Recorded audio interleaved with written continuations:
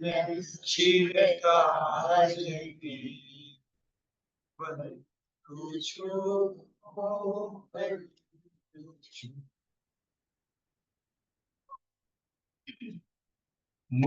ओरियंताणम नमो सिद्धाणम नमो आयर्याणम नमो वज्जायाणम नमो लोय सब्बसावणम ऐसो पंचन मुक्कारो सब्ब पापपणासनो मंगलाणं च सब्बे सिंह पडवम वै मंगलम मंगलम भगवान वीरो मंगलम गौतम प्रभु मंगलम स्थूलिभद्राद्या जैन धर्मोस्तु मंगलम जगन्महामोह निद्रा प्रत्युष समयोपमं मुनि सुव्रतनाथस्य देशनावचनं स्म कमठे दर्णेन्द्र च स्वोचितं कर्म कुर्वति प्रभुस्तुल्य मनोवृत्ति पार्श्वनाथ श्रिये स्तुव अंगूठे अमृत से लब्धितना भंडार श्री गुरु गौतम समरिये वांछित फलदातार चरम तीर्थाधिपति श्री मायुस्वामी भगवानના ચરણોમાં कोटि कोटि वंदन। गुरु गौतम स्वामी सुधर्मा स्वामी इत्यादि गणधर भगवंतोना चरणों कोटि कोटि वंदन। कल्पसूत्रना रचयिता पूज्यपाद श्रुत केवली आचार्य देव श्रीमद विजय भद्रबाहु सुरेश्वरजी महाराजना चरणों कोटि कोटि वंदन। कल्पसूत्र ने ग्रंथारूढ़ करनार देवड़ पूज्यपाद देवड़दी गणी क्षमा श्रवण चरणों में कोटि कोटि वंदन। જેમને સુબોધિકા ટીકા તૈયાર કરી છે या મહોપાધ્યાય વિનય વિજયજી મહારાજાના ચરણોમાં કોટી કોટી વંદન। જેમનું ગુજરાતી અનુવાદ આપણા શ્રી સંઘમાં વાંચન થઈ રહ્યું છે તેવા મારા તમારા પરમ ઉપકારી યુગ પ્રદાન આચાર્ય સમ પૂજ્યપાદ પન્યાસ પ્રવર શ્રી ચંદ્રશેખર વિજયજી મહારાજાના ચરણોમાં કોટી કોટી વંદન। આપણા શ્રી સંઘ પર અનેક ઉપકારી ગુરુ ભગવંતો છે તેમના ચરણોમાં કોટી કોટી।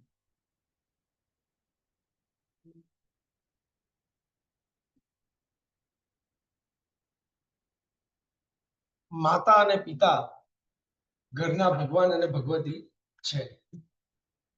હું 40 વર્ષનો હોઉં તોય મારા 65 વર્ષના 70 વર્ષના પિતાને માતાને રોજ પગે લાગુ। હું 20 વર્ષનો હોઉં તો પણ હું 5 વર્ષનો હોઉં તો પણ પ્રભુ મહાવીરે હજુ ગર્ભમાં છે अवधि ज्ञान नो उपयोग मूक्यो मारा हलन चलन थी माता ने दुख थाय छे। स्थिर थया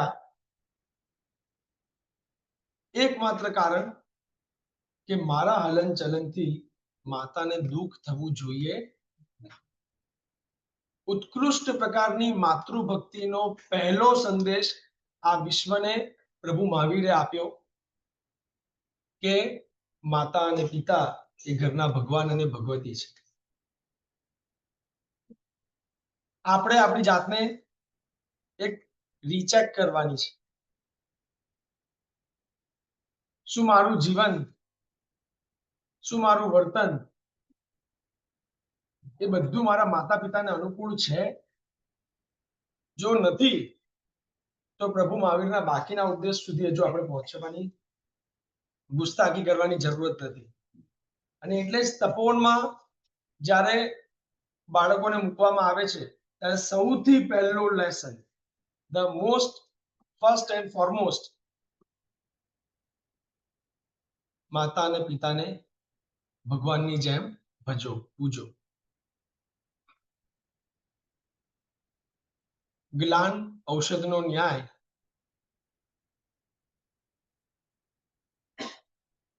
એમને શું અનુકૂળ છે એ પ્રમાણેનું મારી કાળજી। આજે છત્ર છે એટલે કદાચ કિંમત નથી, કાલે છત્ર જશે ત્યારે એની કિંમત સમજાશે। માટે જ આપણા બધાએ આપણા જીવનમાં માતા પિતાના ઉપકારને સહેજ પણ ગૌણ કર્યા વગર ગુરુજન પુઆ પડત કરણમ ચ જય વિરાયમાં પણ કહે છે ને ગુરુજન પુઆ। આપણે ચૈત્ય વંદનમાં જય વિરાયમાં પણ માતા પિતાના ઉપકારને નમન કરીએ છીએ। અમારા તપોવનમાં પ્રતિક વાલાણી અને સુદીપ વાલાણી આ બે ભાઈઓ છે અને એમને માતા પિતાનું મંદિર એમના ગામમાં બનાવડાવ્યું છે. મંદિર, એમનો જીવિત મહોત્સવ પણ એમને કર્યો છે. હા, ક્યાં? ના, નવસારી નહીં, સાઉથ ગુજરાત કહેવાય, સાઉથ ગુજરાત કહેવાય.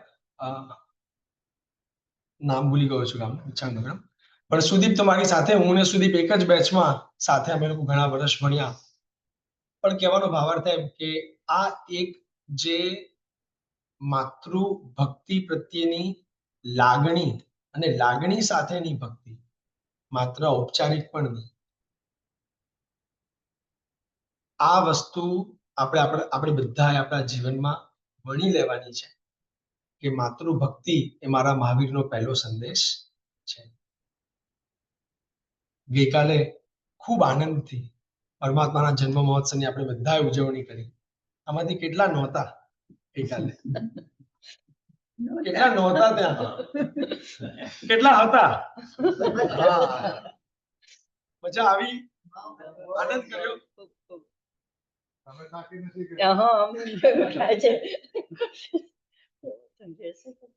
એમની ઉર્જા જ કંઈક અલગ છે. આપણે રહેવાનું નહીં, એટલે થકાય જ નહીં. આપણે હોઈએ તો થાકીએ નહીં, એ હોય તો થાકે નહીં. હું અહીંયા તમને નોટ કરીશ કે ગઈકાલે 18 વર્ષથી હું અહીંયા ન્યૂ જર્સીમાં છું. ગઈકાલે પહેલી વાર ભગવાનને પાણામાં પધરાવતા જોયા. અમને આટલું આનંદ થયો કે કાલે પહેલી વખત અમે એટલું સરસ માણ્યું છે. આખા સંને દર્શન થયા.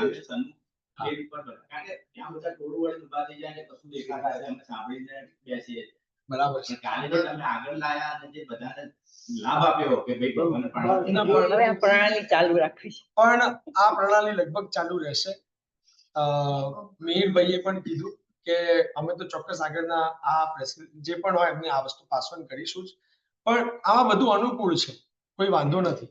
અને કદાચ આનો અનુભવ પહેલી વખત થયો હોય ત્યાં સુધી લોકોને જેમ ચાલે છે એમ રૂઢિગત ચાલતું રહ્યું.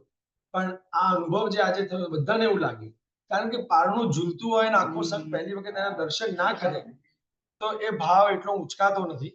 અને કદાચ એટલા જ માટે ભક્તિમાં એક બધા સહજ ઉચકાઈ ગયા. અને અભિમાન થાય કે સંપ્રતિભાઈ આપણી સાથે છે, એમને ભક્તિનો આપણને માનવા મળે છે. તમારી અને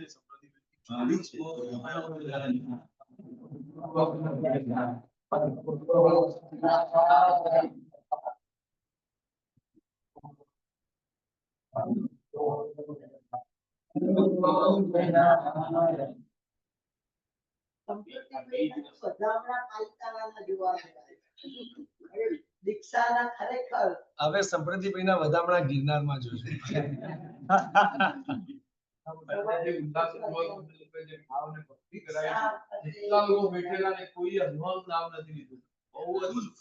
ખૂબ આનંદ થયો. અને ખરેખર સકળ સંઘે પણ જે રીતે ઉછવણીમાં બોલીમાં પણ આમ એક દિલથી બધાએ લાભ લીધો છે. બાકી એવું તો છે નહીં કે અમે પહેલેથી કોઈને ઓળખીએ છીએ.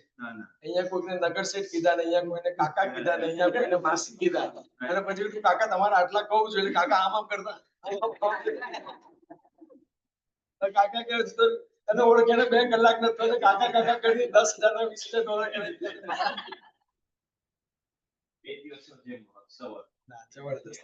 ખૂબ આનંદ કર્યો. વિચાર કરો, આવો આનંદ આપણે કર્યો છે જ્યારે પરમાત્માનો ખરેખર જન્મ મહોત્સવ છે, ઇન્દ્રોએ દેવદેવીએ ઉજવ્યો હશે. શું આનંદ આવ્યો હશે, શું આનંદ આવ્યો હશે. વાત એ જ કરવાની છે કે કલ્યાણક, આ કલ્યાણકમાં જે અંદરનો એક ઉર્જા રહેલી છે, ચ્યવન, જન્મ, દીક્ષા, કેવળ જ્ઞાન અને મોક્ષ, અને એમાં પણ આજના કાળના જીવો માટે જન્મ કલ્યાણક આપણા બધા માટે, એનો એક આનંદ જ કંઈક અલગ હોય છે. તમારો આનંદ પણ વધારી દો આજે. આ દેરાસરમાં આ બંને બાજુ 2026 નહીં થાય, બરાબર 25 માં થઈ જશે.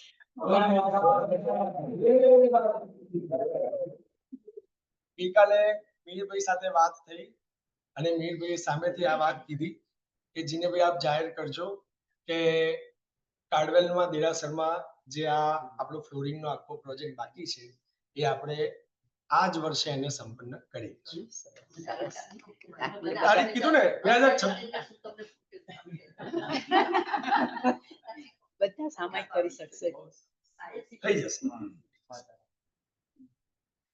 પણ આપણે અરસપરસ સાથે રહેવાનું છે બધાએ. એટલે વર્ષોથી અહીંયા આરાધના ચાલે છે, અમુક ચોક્કસ પ્રણાલી હોય, એનો પણ એક આદર હોય, પણ ત્યાં આગળ નિશુલ સ્વામી દાદાની નિષ્ઠા, આટલું મોટું બધું સેટઅપ છે, એનો પણ આપણે અરસપરસ રિસ્પેક્ટ સાચવવાનો છે. બસ એ ધ્યાનમાં રાખજો. કલ્યાણકમાં ઘણા દેવદેવીઓનું ઉપર નીચે આવાગમન થયું છે. બધી જગ્યાએ આનંદ આનંદ આનંદ ફેલાઈ ગયો છે. દિશાઓ ચેતનવંતી બની છે. જાણે ચોતરફ પ્રકાશ પ્રકાશ પથરાયો છે. વાજિંત્રોના નાદ થી લઈ, સુગંધિત દ્રવ્યોથી લઈ અને લોકોના હૈયા હૈયામાં આનંદની લહેર ઉઠી છે. પૃથ્વી ઉપર દેવોનું આગમન થયું છે અને એ વખતે જ્યારે ઇન્દ્રનું સિંહાસન ચલાયમાન થયું, કોણે મારું ઇન્દ્ર સિંહાસન ચલાયમાન કર્યું છે? 56 દીપકુમારિકાઓ આવે, શ્રુતિ કર્મની વિધિ કરે, શ્રુતિ કર્મની વિધિ સંપન્ન થાય અને ઇન્દ્રનું સિંહાસન ચલાયમાન થાય. જ્ઞાનનો ઉપયોગ મૂક્યો અને ખબર પડી કે પ્રભુ વીરનું જન્મ કલ્યાણક, અને એ વખતે સુઘોષણ નામનો ઘંટ એ વગાડી બધા દેવોને ભેગા કરવામાં આવે છે કે સૌ ચાલો મેરુ શિખર ઉપર, આપણે બધાએ પરમાત્માનો જન્માભિષેક મહોત્સવ કરવા માટે જવાનું છે. અને ઇન્દ્રની આજ્ઞા થાય એટલે લગભગ કોઈ દેવ બાકી રહે નહીં. બધા જ સમ્યક દ્રષ્ટિ દેવો તો ચોક્કસ જોડાય જ. પાલક નામનું મોટું વિમાન, અને એ પાલક નામના દેવ વિમાનમાં બધા ગોઠવાઈ ગયા. એ વિમાનની સાઈઝ એટલી મોટી છે કે ભરત ક્ષેત્રમાં લેન્ડ કરી શકાય એવી જગ્યા નથી, કારણ કે આખું આખું ભરત ક્ષેત્ર ઢંકાઈ જાય એનાથી વધારે મોટું એ પાલક નામનું વિમાન છે. એટલે નંદીશ્વર દ્વીપમાં વિમાનને ત્યાં આગળ સંકુરવીને પાર્ક કર્યું. દેવો બધા આવે છે મેરુ શિખર ઉપર, અને એ પછી ઇન્દ્ર મહારાજા માતા પાસે આવી અને વિનંતી કરે છે. માતાને અવસ્વાપીની નિંદ્રા આપે છે અને કહે છે કે હે રત્નકુક્ષી, જગતમાં દીપિકા સમાન માતા, આપને મારા નમસ્કાર હો. હું દેવોનો સ્વામી ઇન્દ્ર છું તથા દેવલોકથી અહીં આવ્યો છું અને મારા પ્રભુનો જન્મ મહોત્સવ કરવાનો છે. માટે હે માતા, આપ ડરશો નહીં. અને ભગવાન જેવું જ એક નાનું પ્રતિબિંબ કદાચ પણ અવસ્વાપીની નિંદ્રામાંથી થોડા અર્ધ જાગૃત થઈ જાય અને આમ જોવે કે મારું બાળક છે કે નહીં, તો એટલે પરમાત્માનું પ્રતિબિંબ મૂકી અને માતાને અવસ્વાપીની નિંદ્રા આપી અને પરમાત્માને લઈને મેરુ શિખર ઉપર જાય છે. હવે એમાં પણ છે ને 5 સ્વરૂપ. આગળ વજ્ર, પાછળ છત્ર અને 2 બાજુ ચામર, અને પોતે એક સ્વરૂપે એમને ઊંચક્યા છે. આ 5 સ્વરૂપ ઇન્દ્ર પોતે જ કરે, એવું નહીં કે કોઈ બીજાને લાભ આપે. ગઈકાલે એવું થતું હતું.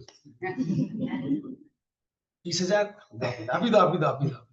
અરે પણ ના, તમારે જ લાભ લેવાનો છે, મારે જ લાભ લેવાનો છે. આપણે પરમાત્માના બધા લાભ પોતે જ લેવાના, એવો જ ભાવ રાખવાનો. ઇન્દ્ર મહારાજા જેમ વિચારે તો એમની સેવામાં હજારો લાખો દેવો આવી જાય. એ ઇન્દ્ર મહારાજા પણ પરમાત્માને માતા પાસેથી મેરુ શિખર ઉપર લઈ જવાનો લાભ બધો પોતે જ લે છે. એ લાભ બીજા કોઈને આપતા નથી. અમે તપોવનમાં છે ને ગુરુદેવ ઉપાશ્રયમાં હોય, અને બીજા દૂરના બિલ્ડિંગમાં એટલે લગભગ 5 મિનિટનું 7 મિનિટનું વોક હોય. ત્યાં આગળ પ્રવચન હોય તો છોકરાઓની પડાપડી થાય. 5-7 છોકરાઓ ઉપાશ્રય જાય અને આદેશ ગુરુજી, આદેશ ગુરુજી, આદેશ. અને પછી કે તું આસન લે, તું પુસ્તક લે, તું ભગવાન લઈ લે, ચલો બધા. એ 3 જણને આદેશ મળે, 4 જણ હજુ બી બાકી રહી ગયા હોય. પછી ત્યાં જાય, ગુરુદેવ પાઠ ઉપર બિરાજમાન થાય એટલે વંદનનો આદેશ આપો. બધા આદેશ બધા છોકરાઓને પોતે જ લઈ લેવા હોય. આવો એક સરસ મજાનો માહોલ જાય. અને એટલા જ માટે અમે ઘણી વખત ક્યાંક હોઈએ અને ત્યારે બહારની જગ્યાએ લોકો આવ્યું, આપી દે એમને લાભ, આપી દે એમને લાભ. આપણને એમ થાય કે કેમ તમે આવા છો, આમાં ઉદાર નથી બનવાનું, આ તો આપણે લૂંટી જ લેવાનું છે. ચોક્કસ વ્યવસ્થાને માન હોય, ચોક્કસ આજુબાજુના બધા આરાધકોને જોડવાના જ હોય, પણ અંદરનો એ ભાવ તો હોવો જ જોઈએ કે પરમાત્માનો, દેવગુરુનો બધો લાભ મને જ મળે. પાંડુક વનની દક્ષિણ દિશામાં વિરાટ શિલા ઉપર પૂર્વ સન્મુખ પરમાત્માને બિરાજમાન કર્યા. હવે ઇન્દ્રના ખોળામાં બાળ વર્ધમાન છે. આટલું નાનું શરીર અને કરોડો કળશો વડે હવે એમનો અભિષેક થવાનો. હવે યોજનના નાળચા, અરે બાપરે, આટલું બધા મોટા કળશો, આટલા બધા દ્રવ્યો અને આટલું નાનું શરીર. ઇન્દ્ર મહારાજાને પડી શંકા. હવે સમ્યક્ત્વ નિર્મળ હોય એમને શંકા પડે ને, એ ન ચાલે. નાનું બાળક કંઈક ખોટું કરે તો એને સમજાવી શકાય, પણ મોટી પદસ્થ વ્યક્તિ એ જ ભૂલ કરે તો એ ચાલે નહીં. જે ભૂલની સજા એક શ્રાવક તરીકે છે એના કરતા વધારે પનિશમેન્ટ એક સાધુ તરીકે છે. કારણ કે સાધુ થયા એટલે હવે તમારી પ્રગતિ થઈ. જે સાધુ તરીકે કદાચ ગુનાની સજા મળે એના કરતા ઘણી વધારે સજા ઉપાધ્યાય, એના કરતા ઘણી વધારે સજા આચાર્ય, હોય કે નહીં? તો આ તો ઇન્દ્ર છે. તમને ને મને શંકા પડે, સમજમાં આવે. ઇન્દ્ર મહારાજાને તીર્થંકર પરમાત્માના સામર્થ્યમાં શંકા પડી. અભિષેક ચાલુ થતો નથી અને એ વખતે વર્ધમાન સ્વામી, વર્ધમાન કુમાર એ વિચારે છે, અવધિ જ્ઞાનનો ઉપયોગ મૂકે છે. આમ તો અવધિ જ્ઞાનથી સામેવાળાના મનની વાત જાણી ન શકાય, કારણ કે અવધિની એ અવધિ છે, એ જ એની અવધિ છે કે એનાથી વધારે ના, થોડીક સુધી જઈ શકે, પણ સામેવાળાના મનને જાણી શકે, એના વિચારોને જાણી શકે, એ મનોપર્યવ જ્ઞાન, એ અવધિ જ્ઞાન ન કહેવાય. પરંતુ એટલું નિર્મળ અવધિ જ્ઞાન, શુદ્ધ અવધિ જ્ઞાન હોય છે એટલે આટલા નજીક રહેલા ઇન્દ્ર, એના મનના વિચાર પર પરમાત્માને ખ્યાલ આવી ગયા અને પરમાત્માએ માત્ર પોતાનો જમણો અંગૂઠો મેરુને ટચ કર્યો, ખાલી સ્પર્શ, ટચ કર્યો, આખો મેરુ ડોલાયમાન થઈ ગયો. બધી સામગ્રી, બધું વેર વિખેર થઈ ગયું અને ઇન્દ્ર મહારાજાને આવ્યો ગુસ્સો કે આટલી પવિત્ર ક્ષણો ઉપર કોની મજાલ છે, કોની તાકાત છે કે એને આવી રીતે ખોટું કામ કર્યું છે. અને પોતાના જ્ઞાનનો ઉપયોગ મૂકી અને જોવે છે, અરે રે, આ તો મારી ભૂલ થઈ ગઈ. મને સમજાવવા માટે પરમાત્માએ પેલું કહેવાય ને કે બળ શું છે ને એ ચકાસવાની જરૂર નથી. 14 રાજલોકના તીર્થંકર પરમાત્મા છે, બરાબર છે, સૌથી વિશેષ બળના સ્વામી છે. એ વખતે એવી કલ્પના કરે છે કવિ કે આટલા અનંતા તીર્થંકરો મેરુ પર્વત ઉપર જાય, એમનો અભિષેક થાય, પણ આજ દિન સુધી એક પણ તીર્થંકરની ડાયરેક્ટ સ્પર્શના મેરુ પર્વતને થઈ નથી. વર્ધમાન સ્વામી તીર્થંકર પહેલા તીર્થંકર જેમની સ્પર્શના મેરુ શિખરને ડાયરેક્ટ થઈ. પરમાત્મા જેને સ્પર્શે એ આનંદથી ડોલે નહીં. મેરુનું કંપન નથી થયું, મેરુ નાચતો હતો. આવી એક સરસ મજાની કલ્પના મૂકી છે. સરસ મજાના અભિષેકની ધારા ચાલુ થાય છે. ઈશાન ઇન્દ્ર થોડો સમય પછી પ્રાર્થના કરે છે સૌધર્મેન્દ્રને કે ભાઈ હવે થોડો લાભ અમને પણ આપો, તમે ઘણો લાભ લીધો. એટલે સૌધર્મેન્દ્ર ઈશાન ઇન્દ્રને પરમાત્મા આપે છે ખોળામાં અને પછી સૌધર્મેન્દ્ર પોતે બળદનું રૂપ, 4 બળદનું રૂપ, 8 શિંગડા અને એના વડે પરમાત્માની ઉપર એ દૂધ જેવા દ્રવ્યનો પક્ષાલ અભિષેક કરે છે અને કહે છે કે આપની સામે અમારું જ્ઞાન, અમારું સામર્થ્ય એ દેવ જેવું તો નથી, મનુષ્ય જેવું પણ નથી, પરંતુ સાવ બળદિયા જેવું છે. આટલી વિનમ્રતાનો ભક્તિ ભાવ એ ઇન્દ્રના મનમાં છે. આપણે પણ પરમાત્માની ભક્તિ કરતા ગમે એટલી શક્તિ, ગમે એટલી સમજણ, ગમે એટલું જ્ઞાન કે તપ અને આગળ પ્રોગ્રેસ આપણને જોવા મળે, પરંતુ પરમાત્માની સામે જેમ વૃક્ષ ઉપર ફળ વધે તો વૃક્ષ નમે, વૃક્ષ વધારે નમ્ર થાય ને, એમ આપણા જીવનમાં પણ જેમ જેમ સિદ્ધિઓ એડ થતી જાય, 28 તો હવે તમે ગણતા જ નથી.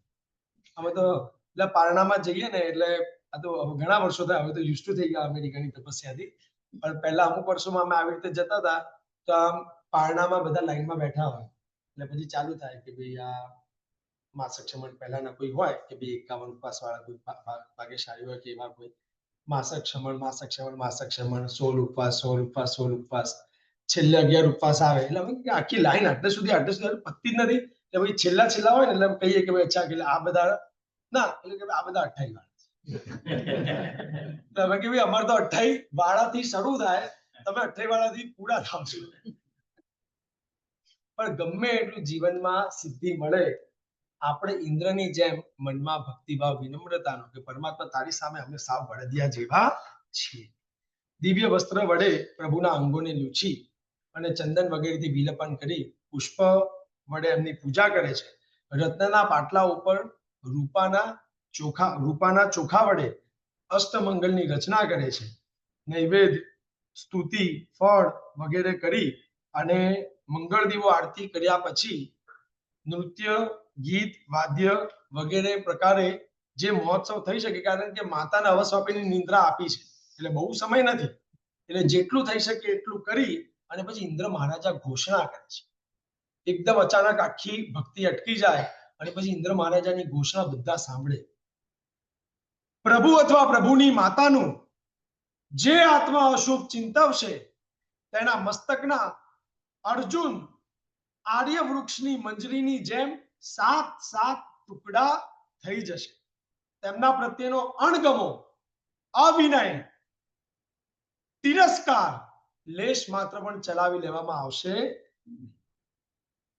આ ઉર્જા આપણા બધામાં પણ હોવી જોઈએ આપણે બધા અહિંસક જૈનો એટલે કીડીને પણ મારે નહીં આપણે બધા અહિંસક પરંતુ આપણા શાસન ઉપર આપણા પરમાત્મા ઉપર આપણા ગુરુ ભગવંત ઉપર જો કોઈ બહારની શક્તિઓ ખોટી મજાક મસ્તી કરવાનો પ્રયત્ન કરે તો આપણને શૂરવીર થતા પણ આવડવું જોઈએ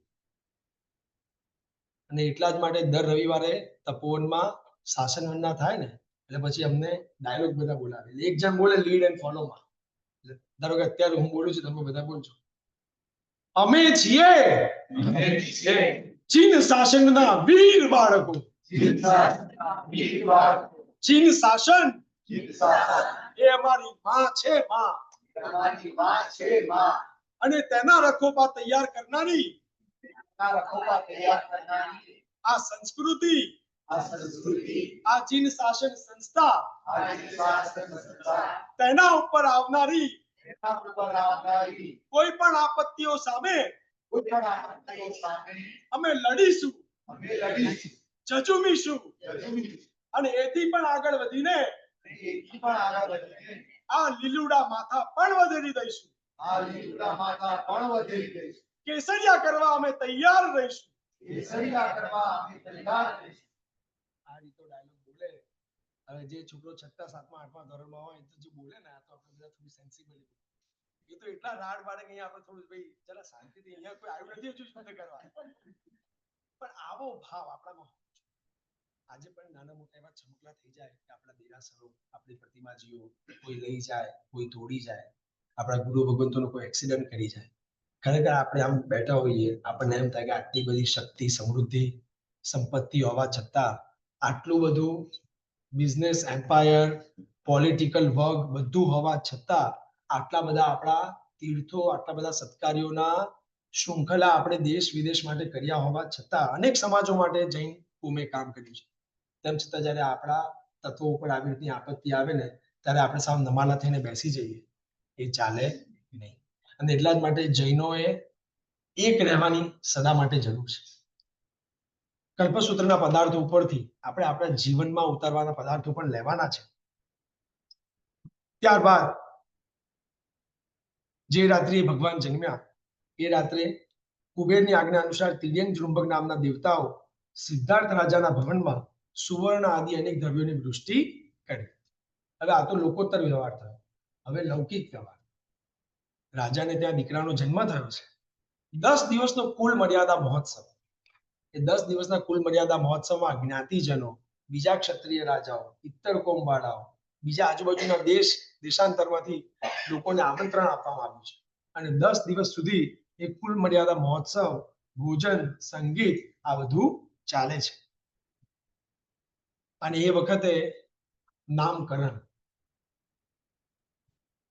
આપણે ત્યાં બધા હવે બધા મોડર્ન નામ થઈ ગયા, પેટર્ન ચાલે. આજથી 50 વર્ષ પહેલા આવા નામો, 30 વર્ષ પહેલા આવા નામો, 10 વર્ષ પહેલા આવા નામો, ને આજના આવા નામો. ખરેખર યુનિક નામ ગોતવા કરતા વધારે જે નામ એના સ્વભાવને, કોઈક એવી ઘટના ઘટી હોય કે બાળક ગર્ભમાં હતું, કે બાળક નાનુંથી એકદમ બહાર આવ્યું અને હવે શું એક અનુભૂતિ થઈ માતા પિતાને, એને અનુરૂપ નામકરણ થવું જોઈએ, નામ સંસ્કાર એવો થવો જોઈએ. અત્યારે હવે એવું કશું રહ્યું નથી. અત્યારે તો હવે રાશિ પ્રમાણે પણ નામ રાખો કે ના રાખો, થોડું મોડર્ન લાગવું જોઈએ. પછી કોઈ ગોરિયાને પૂછવું પડે કે ભાઈ એનું એ પ્રોનાઉન્સિએશન બરાબર કરી શકે ને, જો એ કરી શકે તો બરાબર છે, નહીતર પછી બધું આગુ પાછું થઈને એકદમ શોર્ટ ફોર્મ થઈ જાય. એટલે સમય બદલાયો છે, પણ ગુણ પ્રમાણેના નામ થાય ને નામ પ્રમાણેના ગુણ હોય તો વધારે સારું કહેવાય. એક સરસ મજાની પંક્તિ મૂકી છે, લક્ષ્મી છાણા વીણતી. નામ લક્ષ્મી છે અને છાણા વીણવાનું કામ કરે છે. લક્ષ્મી છાણા વીણતી, ભિખન તો ધનપાલ. ધનપાલ નામ છે પણ ભીખ માંગે છે. અમર વિચારો મરી ગયો, નામ અમર છે, અમર વિચારો મરી ગયો, ભલો મારો ઠનઠન પાલ. કે ભલે આપણે ઠનઠન પાલ નામ રાખ્યું, કોઈ ગુણ નથી, ચાલશે. હવે છે ને બધા આન નામના, કિયાન ને મિયાન ને હિવાન ને એ બધા નામો ચાલે છે. હું આન નામ સાંભળું ને આપણને થોડા બીજી કોમના નામ લાગે, પણ હવે એ બધા ટ્રેન્ડમાં છે અત્યારે. માતા પિતા જાહેર કરે છે કુલ મર્યાદા મહોત્સવમાં કે જ્યારથી આ બાળ આવ્યો છે ત્યારથી બધી પ્રકારે અમારી વૃદ્ધિ થઈ છે, સંપત્તિથી, અમારા નામથી, સ્ટેટસથી, દ્રવ્યોથી, પ્રતિષ્ઠાથી, આ બધી રીતે વૃદ્ધિ પામવાના કારણે અમે આ બાળકનું નામ વર્ધમાન એવું રાખીએ છીએ. અને ત્યારથી પરમાત્માનું નામ વર્ધમાન પડ્યું. એમને શ્રમણ તરીકે પણ કહેવામાં આવે છે. એમની શ્રમ કરવાની શક્તિ ઉત્પન્ન થઈ, એના ઉપર તેમનું નામ પડ્યું. અને વીર અને મહાવીર એ ઉપસર્ગ સમયે અભય રહ્યા એટલે દેવોએ પણ પાડ્યું. વીર પ્રભુ બીજના ચંદ્રની જેમ વધતા હતા, ચંદ્ર સમાન તેમનું મુખ હતું, ઐરાવત હાથી જેવી તેમની ચાલ હતી, કમળ સમાન હાથ હતા, તેમનો શ્વાસોચ્છ્વાસ સુગંધિત હતો, મતિ, શ્રુત, અવધિ 3 જ્ઞાન હતા, અને તેમને પૂર્વભવનું પણ સ્મરણ હતું. તેઓ રોગ રહિત હતા, ધીરતા, વીરતા, ગંભીરતા આદિ ગુણોથી એ પ્રભુ હવે એમનું આયુષ્ય આગળ વધે છે, મોટા થઈ રહ્યા છે. 8 વર્ષના થયા અને એક આમલકી ક્રીડાનો પ્રસંગ બન્યો. મિત્રો સાથે, પોતાને કોઈ કુતૂહલ નથી, પરંતુ બધા મિત્રો ફોર્સ કરે છે એટલે રમવા માટે જાય છે. આમલકી ક્રીડાની ગેમ રમવા માટે ગામની બહાર જાય છે. ત્યાં આગળ એ વખતે પ્રસંગ એવો બને છે કે ઇન્દ્રલોકમાં ઇન્દ્ર બાળ વર્ધમાનના વખાણ કરે છે કે એમને બીવડાવવા માટે દેવો પણ સમર્થ નથી, અને એ એમનું જે બળ છે એ મહાપરાક્રમી છે. એટલે આ સાંભળી અને દેવોને થાય છે કે ભાઈ કોઈ મનુષ્ય આપણાથી ના ડરે એવું શક્ય નથી. અને એ વખતે એક દેવ પરીક્ષા લેવા માટે આવે છે.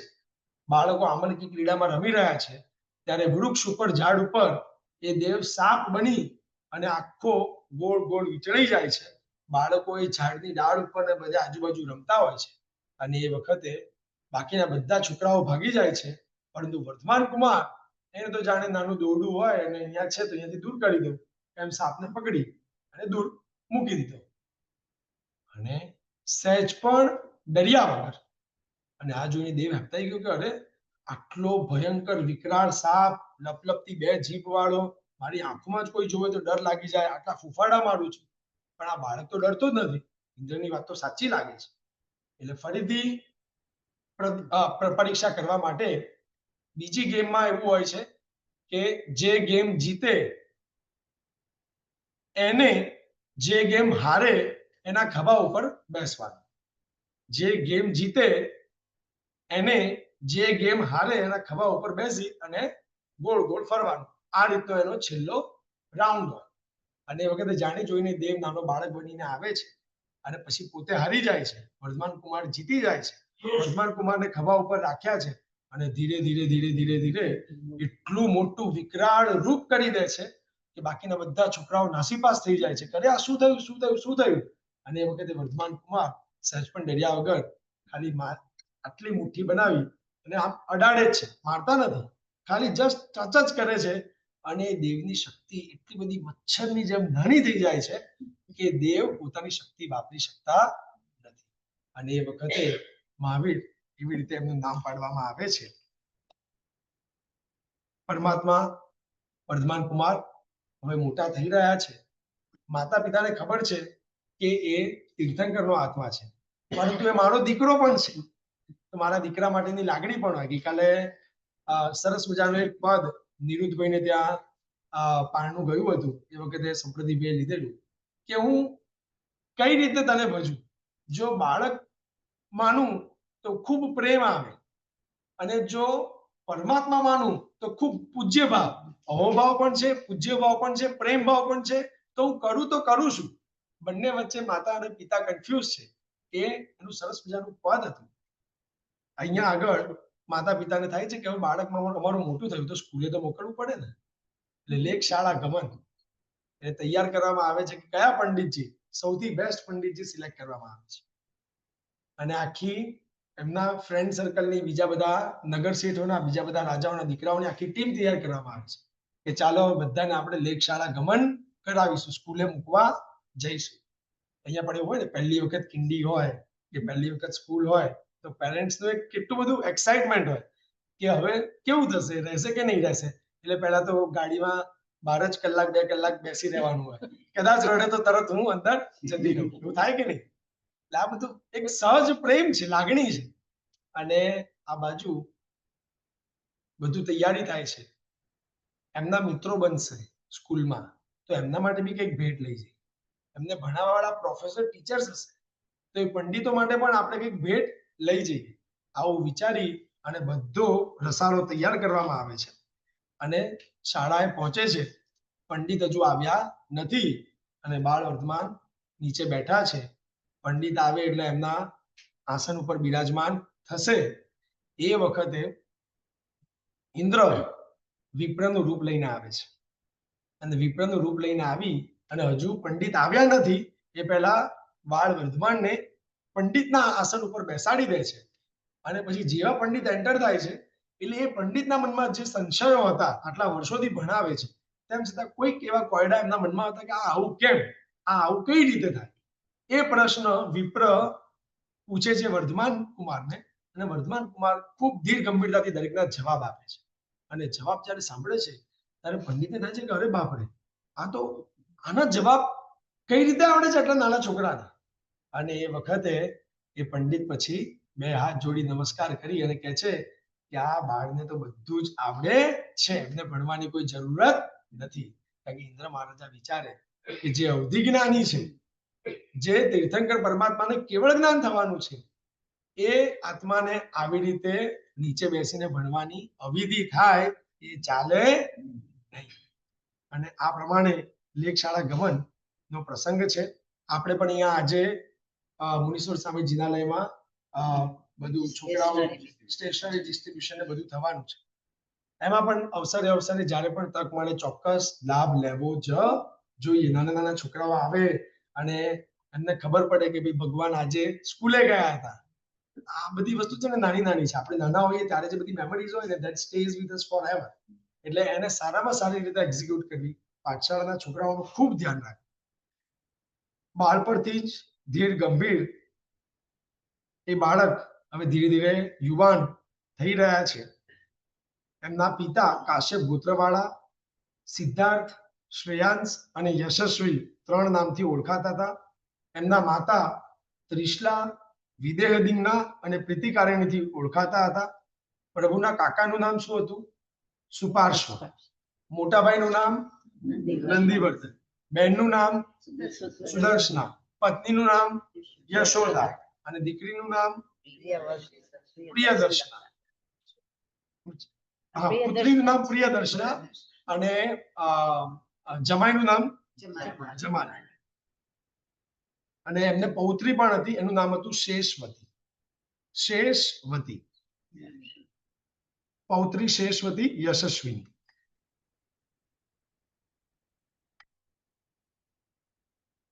વહુના મોઢા જોવા છે માતા પિતા.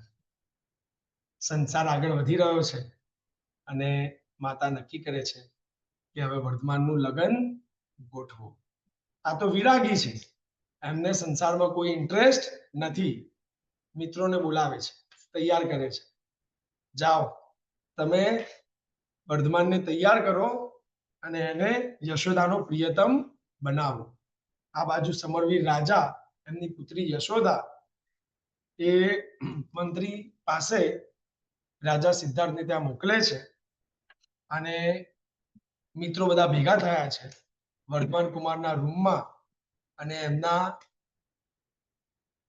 ખંડમાં બધા વાત કરી, શયન ખંડમાં બધા ભેગા થઈને વાત કરી રહ્યા છે, મસ્તી કરી રહ્યા છે. અને એ વખતે કહે છે કે અમારે તમારી સાથે એક વાત કરવી છે, પણ આ વાત તો જ કરી જો તમે એવું પહેલેથી પ્રોમિસ આપો કે અમે જે વાત કહીએ એમાં તમારી હા છે. વર્ધમાન કુમાર કે એવું વાત જાણ્યા વગર કઈ રીતે કહું હા છે?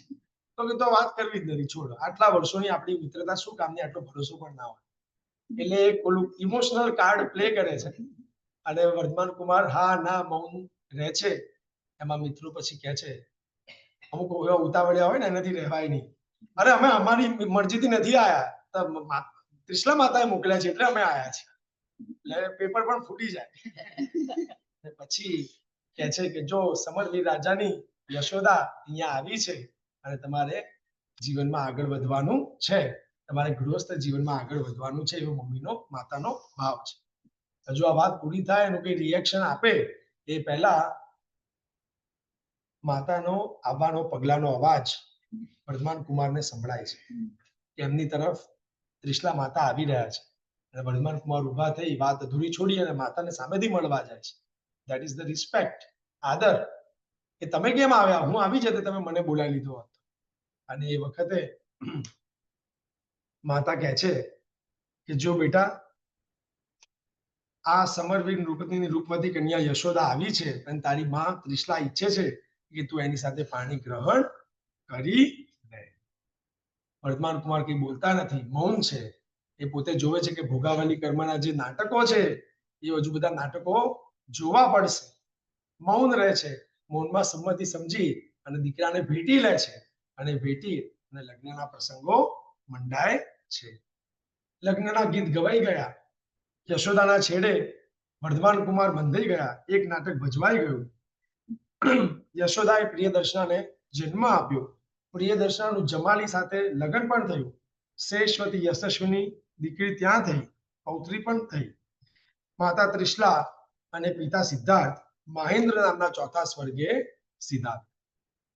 હવે એમનો નિયમ હતો કે જ્યાં સુધી માતા પિતા હયાત છે ત્યાં સુધી દીક્ષા લઈશ નહીં. સિદ્ધાર્થ રાજા ત્રિશલા માતાની ગેરહાજરી, બધી જગ્યાએ શોકનું વાતાવરણ છે. પ્રજાજનો શોક છે, નંદીવર્ધન શોકમાં છે, મંત્રીઓ, સ્વામીગણ, સુભટ, બાકી બધા જ સાજન મહાજન એ શોકમાં છે. અને એ વખતે વર્ધમાન કુમાર કોઈ પણ સંતાપ કર્યા વગર સીધા ભાઈ નંદીવર્ધન જોડે જઈ અને રજા માંગે છે કે મારો નિયમ પૂરો થયો, મને દીક્ષા લેવાની રજા આપો, અનુજ્ઞા આજ્ઞા આપો. નંદીવર્ધન કહે છે કે અરે ભાઈ, હજુ તો આમ આમ અહીંયા જો ઘા પડ્યો છે તું સીધું આવીને એની ઉપર મીઠું કઈ રીતે નાખી શકે?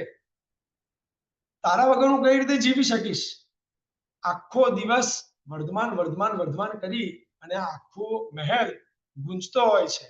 આ નગરના જનો બધા આજુબાજુ તને જોવા ઝંખતા હોય છે અને આવી રીતે દીક્ષાના માર્ગે આ તો કઈ અત્યારે સમય છે કે તું આવી વિનંતી કરવા આવ્યો છે? ના પાડે છે, હા પાડે છે, ઘણી બહેસ થાય છે, એ પોતે મૂર્છિત થઈ જાય છે. છેવટે 2 વર્ષ, મને ખાલી 2 વર્ષ આપી દે, 2 વર્ષ પછી તું તારી દીક્ષા લેજે, એવી રીતનો એ નિયમ આપે છે કે 2 વર્ષ પછી વાંધો નથી. પરંતુ એની સામે એક કન્ડિશન મૂકે છે કે ભાઈ નંદીવર્ધન ભાઈ, હું બ્રહ્મચર્ય પાળીશ, હું ઉકાળેલું પાણી પીશ, સચિતનો ત્યાગ કરીશ. એટલે આવા નાના મોટા નિયમો સાથેનું લગભગ એમ કહેવાય કે દીક્ષા માટે જ જીવન બનેલું હોય એવી રીતનું વિતરાગી જીવન જીવવાનું એમને ચાલુ કર્યું. 1 વર્ષ થયું, ગમે તેમ તોય એમનાથી એક દિવસ પસાર થતો નથી, કારણ કે એમને એવું છે કે જલ્દી દીક્ષા લઉં, દીક્ષા લઈને જલ્દી સાધના કરું, સાધના લઈને કેવળ જ્ઞાન પછી જીત શાસનની સ્થાપના કરું, તો શાસનના નાવડામાં આ બધા દુઃખી જીવો બેસી અને સુખી જીવો બની શકે. એટલે બધા જીવોની ચિંતા એમને એટલી બધી સતાવે છે કે એક એક દિવસ એમના માટે એક વર્ષ જેવા જઈ રહ્યા છે.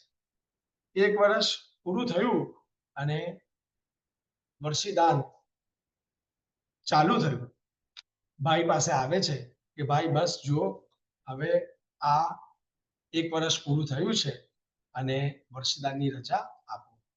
વર્ષીદાન તિર્યન જુંબક નામના દેવો એ વર્ષીદાન માટે ચોક્કસ પ્રકારની વ્યવસ્થા કરતા હોય છે. સાંવત્સરિક મહાદાન વર્ષીદાન કેવું હોય? રોજ સૂર્યોદયથી માંડી અને મધ્યાહન સુધી વર્ષીદાન ચાલે. આ વર્ષીદાન ભવ્ય જીવોને જ પ્રાપ્ત થાય. જે દાન જેને જેટલું મળે ને એમાં એને સંતોષ અનુભવાય જ, કોઈને અસંતોષ ના થાય. જેને વર્ષીદાન મળે એના જૂના રોગો બધા શાંત થઈ જાય. વિચાર કરો કે આ કેવી, આપણે અત્યારે પણ ભારતમાં દીક્ષામાં જઈએ તો દીક્ષાર્થીઓના વરઘોડા જોયા છે ને. આ વર્ધમાન કુમારનું વર્ષીદાન ભરત ક્ષેત્રના કોઈ પણ ભાગમાં રહેલ વ્યક્તિ જો એને વર્ષીદાન લેવાની ઈચ્છા થાય તો 18 ઇન્દ્રો છે જે એ વ્યક્તિને ભગવાન પાસે લઈ જાય અને પાછા મૂક્યા. શકલ સર્વિસ ચાલુ છે. પણ કોણ? ઇન્દ્રો. આ એમનું પુણ્ય છે. વ્યંતર અને વાણ વ્યંતરના 32 ઇન્દ્રો વર્ષીદાન લેવા આવેલાને પાછા સ્વસ્થાને મૂકી જાય. અચ્છા, એટલે 18 ખાલી લેવા જાય ને 32 પાછા મૂકવા જાય. પ્રભુ રોજ 1,60,00,000 સોના મોહરનું દાન કરે. એક વર્ષ સુધી કરે 388 કરોડ સોના મોહરનું દાન થાય.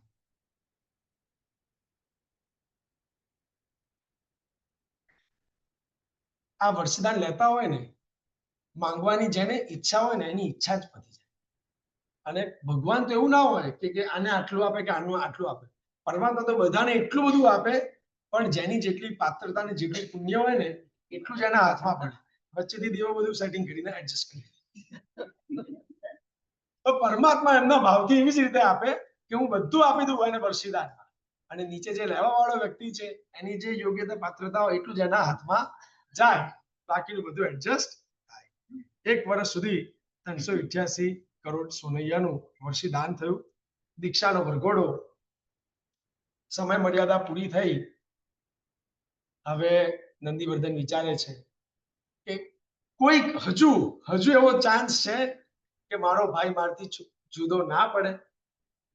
કે છે કે હું છે ને બીમાર પડી ગયો છું, દમ કરું. ના, હું આવી રીતે દમ કરું એ થોડી ચાલે. શું કરું? હું ફરીથી રજા ફરીથી માંગી લઉં? ના, આટલું બધું તો ના મંગાય, તો લોભ કહેવાય. એટલા બધા પોતાના મનના વિચારો કરે છે અને નંદીવર્ધનના જે અંદરના ઉદ્ગારો છે એનો પૂજ્ય ગુરુમાના મુખે કલ્પસૂત્રના વ્યાખ્યાનમાં આપણે સાંભળીએ. બંને ભાઈઓનો સંવાદ કે દીક્ષા લેવા માટેની એકની જીદ અને બીજાને સંસારમાં રાખવા માટેની પ્રીત. એ જીદ અને પ્રીત એની વચ્ચેની જે યુદ્ધની વાતો ગુરુદેવ એ સરસ રીતે રજૂઆત કરે. આપણને આમ સ્પર્શી જાય કે બે ભાઈઓનો પ્રેમ કેવો, અને એમાં વર્ધમાન કુમારનો દીક્ષા માટેનો પ્રેમ કેવો એ ચોખ્ખો થાય. હવે આગળ શું થાય? નાનકની કડી પહેલા આપણે લઈ લઈએ અને પછી આગળ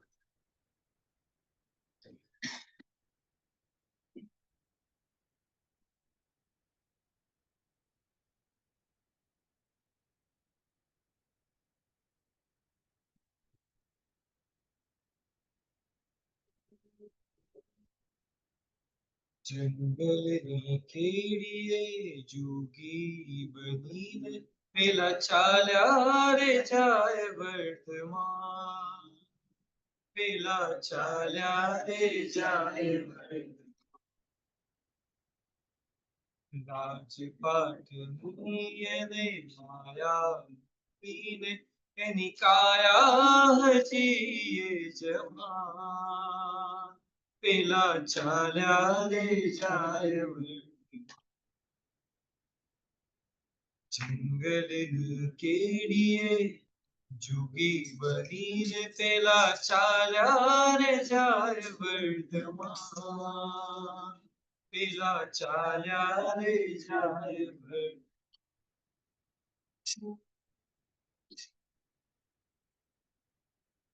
પાલખી તૈયાર કરવામાં આવી છે દીક્ષાની. 1008 કળશો તૈયાર કરવામાં આવ્યા છે અભિષેક કરવા માટે. નંદીવર્ધનના કળશોમાં ઇન્દ્ર મહારાજાના કળશો પણ મિક્સ થઈ ગયા.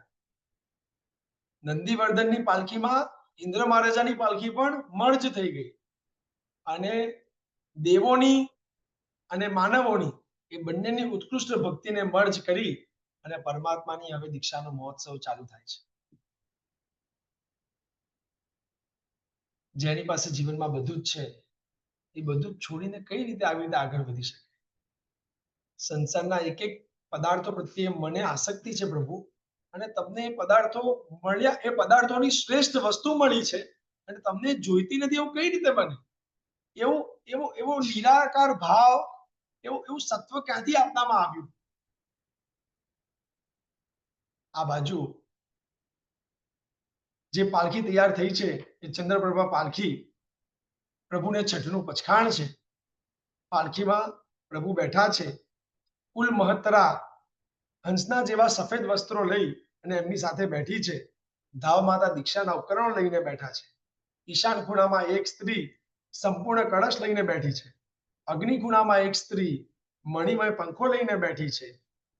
એ વખતે આ દૃશ્ય જોવા માટે બધી બહેનો, બધી સ્ત્રીઓ, બધા ભાઈઓ, આખું ગામ, આખું નગર એ બધા દોડી દોડીને આવી રહ્યા છે.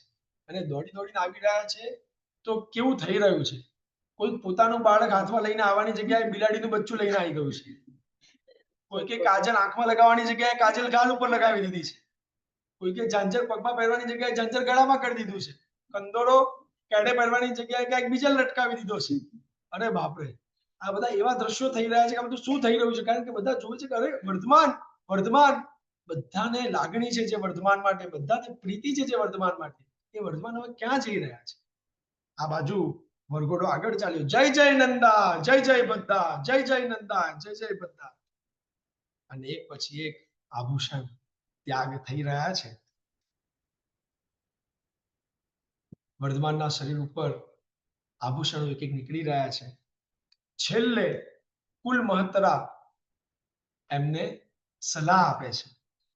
આમ તો અંતિમ શીખની એમને જરૂરત નથી, પરંતુ એ એક લૌકિક પણ વ્યવહાર છે કે હવે જે માર્ગે વર્ધમાન કુમાર આગળ આપ વધી રહ્યા છો એ માર્ગમાં હવે તમે વિજય થજો, ફતેહ કરજો, આગળ વધજો, જીન શાસનની સ્થાપના કરજો, સર્વ જીવોનું કલ્યાણ કરજો, સત્વ ફોરવજો, મહાપરાક્રમી બનજો.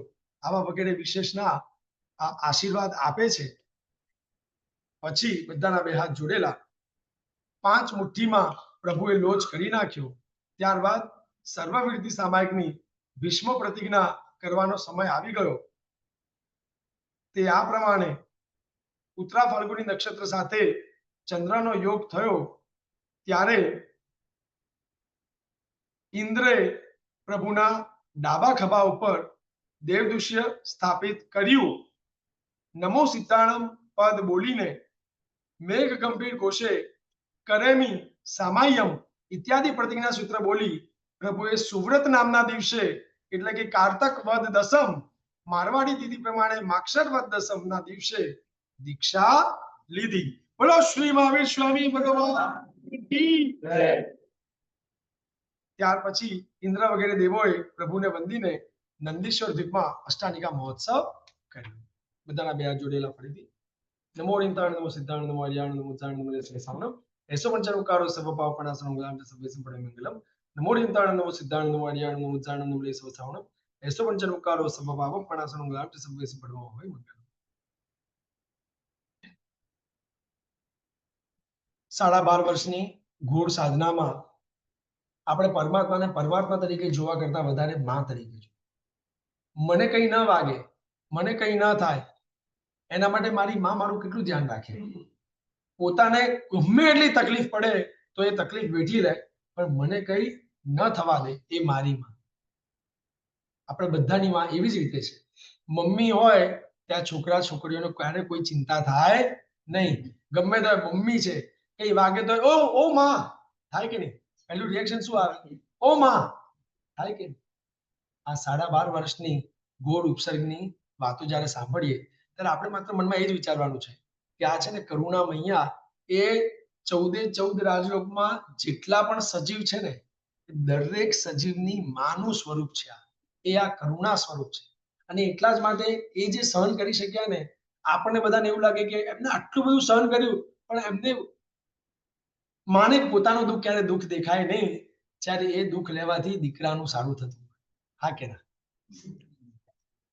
આમ ઉચકી ઉચકીને છે ને કેડ વળી ગઈ હોય આમ કેડ વળી ગઈ હોય અહીંયા આગળ દુખતું હોય એટલું બધું દુખતું હોય કે સહન ના થાય પરંતુ દીકરો બરાબર છે ને દીકરી બરાબર છે બસ તો બાકી બધું મને કઈ નથી હું ખુશ છું એના મોઢા ઉપર એક સ્મિત જોઈ લે અને એનું બધું દુઃખ જતું રહે આપણે પણ એ પરમાત્માનું એ સ્વરૂપ જોવાનું છે કે એ પરમાત્મા માત્ર પરમાત્મા નથી એ મારી માં છે એ મારી માં છે 3 પ્રેરણાઓ આ ઉપસર્ગવાદ જ્યારે આપણે સાંભળીએ ને ત્યારે 3 પ્રેરણાઓ ખાસ લેવાની છે સૌથી પહેલી સંકટોનો સામનો ના કરજો પણ એનો સ્વીકાર કરજો બરાબર છે સ્વીકાર ભાવ whatever happens for good acceptance જો આપણું ટોલરન્સ લેવલ રાઈટ હશે તો બનતી ઘટનાઓમાં આપણું પણ એક્સેપ્ટન્સ બિહેવિયર આવશે જે થાય છે બરાબર છે સંકટોનો સામનો ન કરજો પણ તેમનો સ્વીકાર કરજો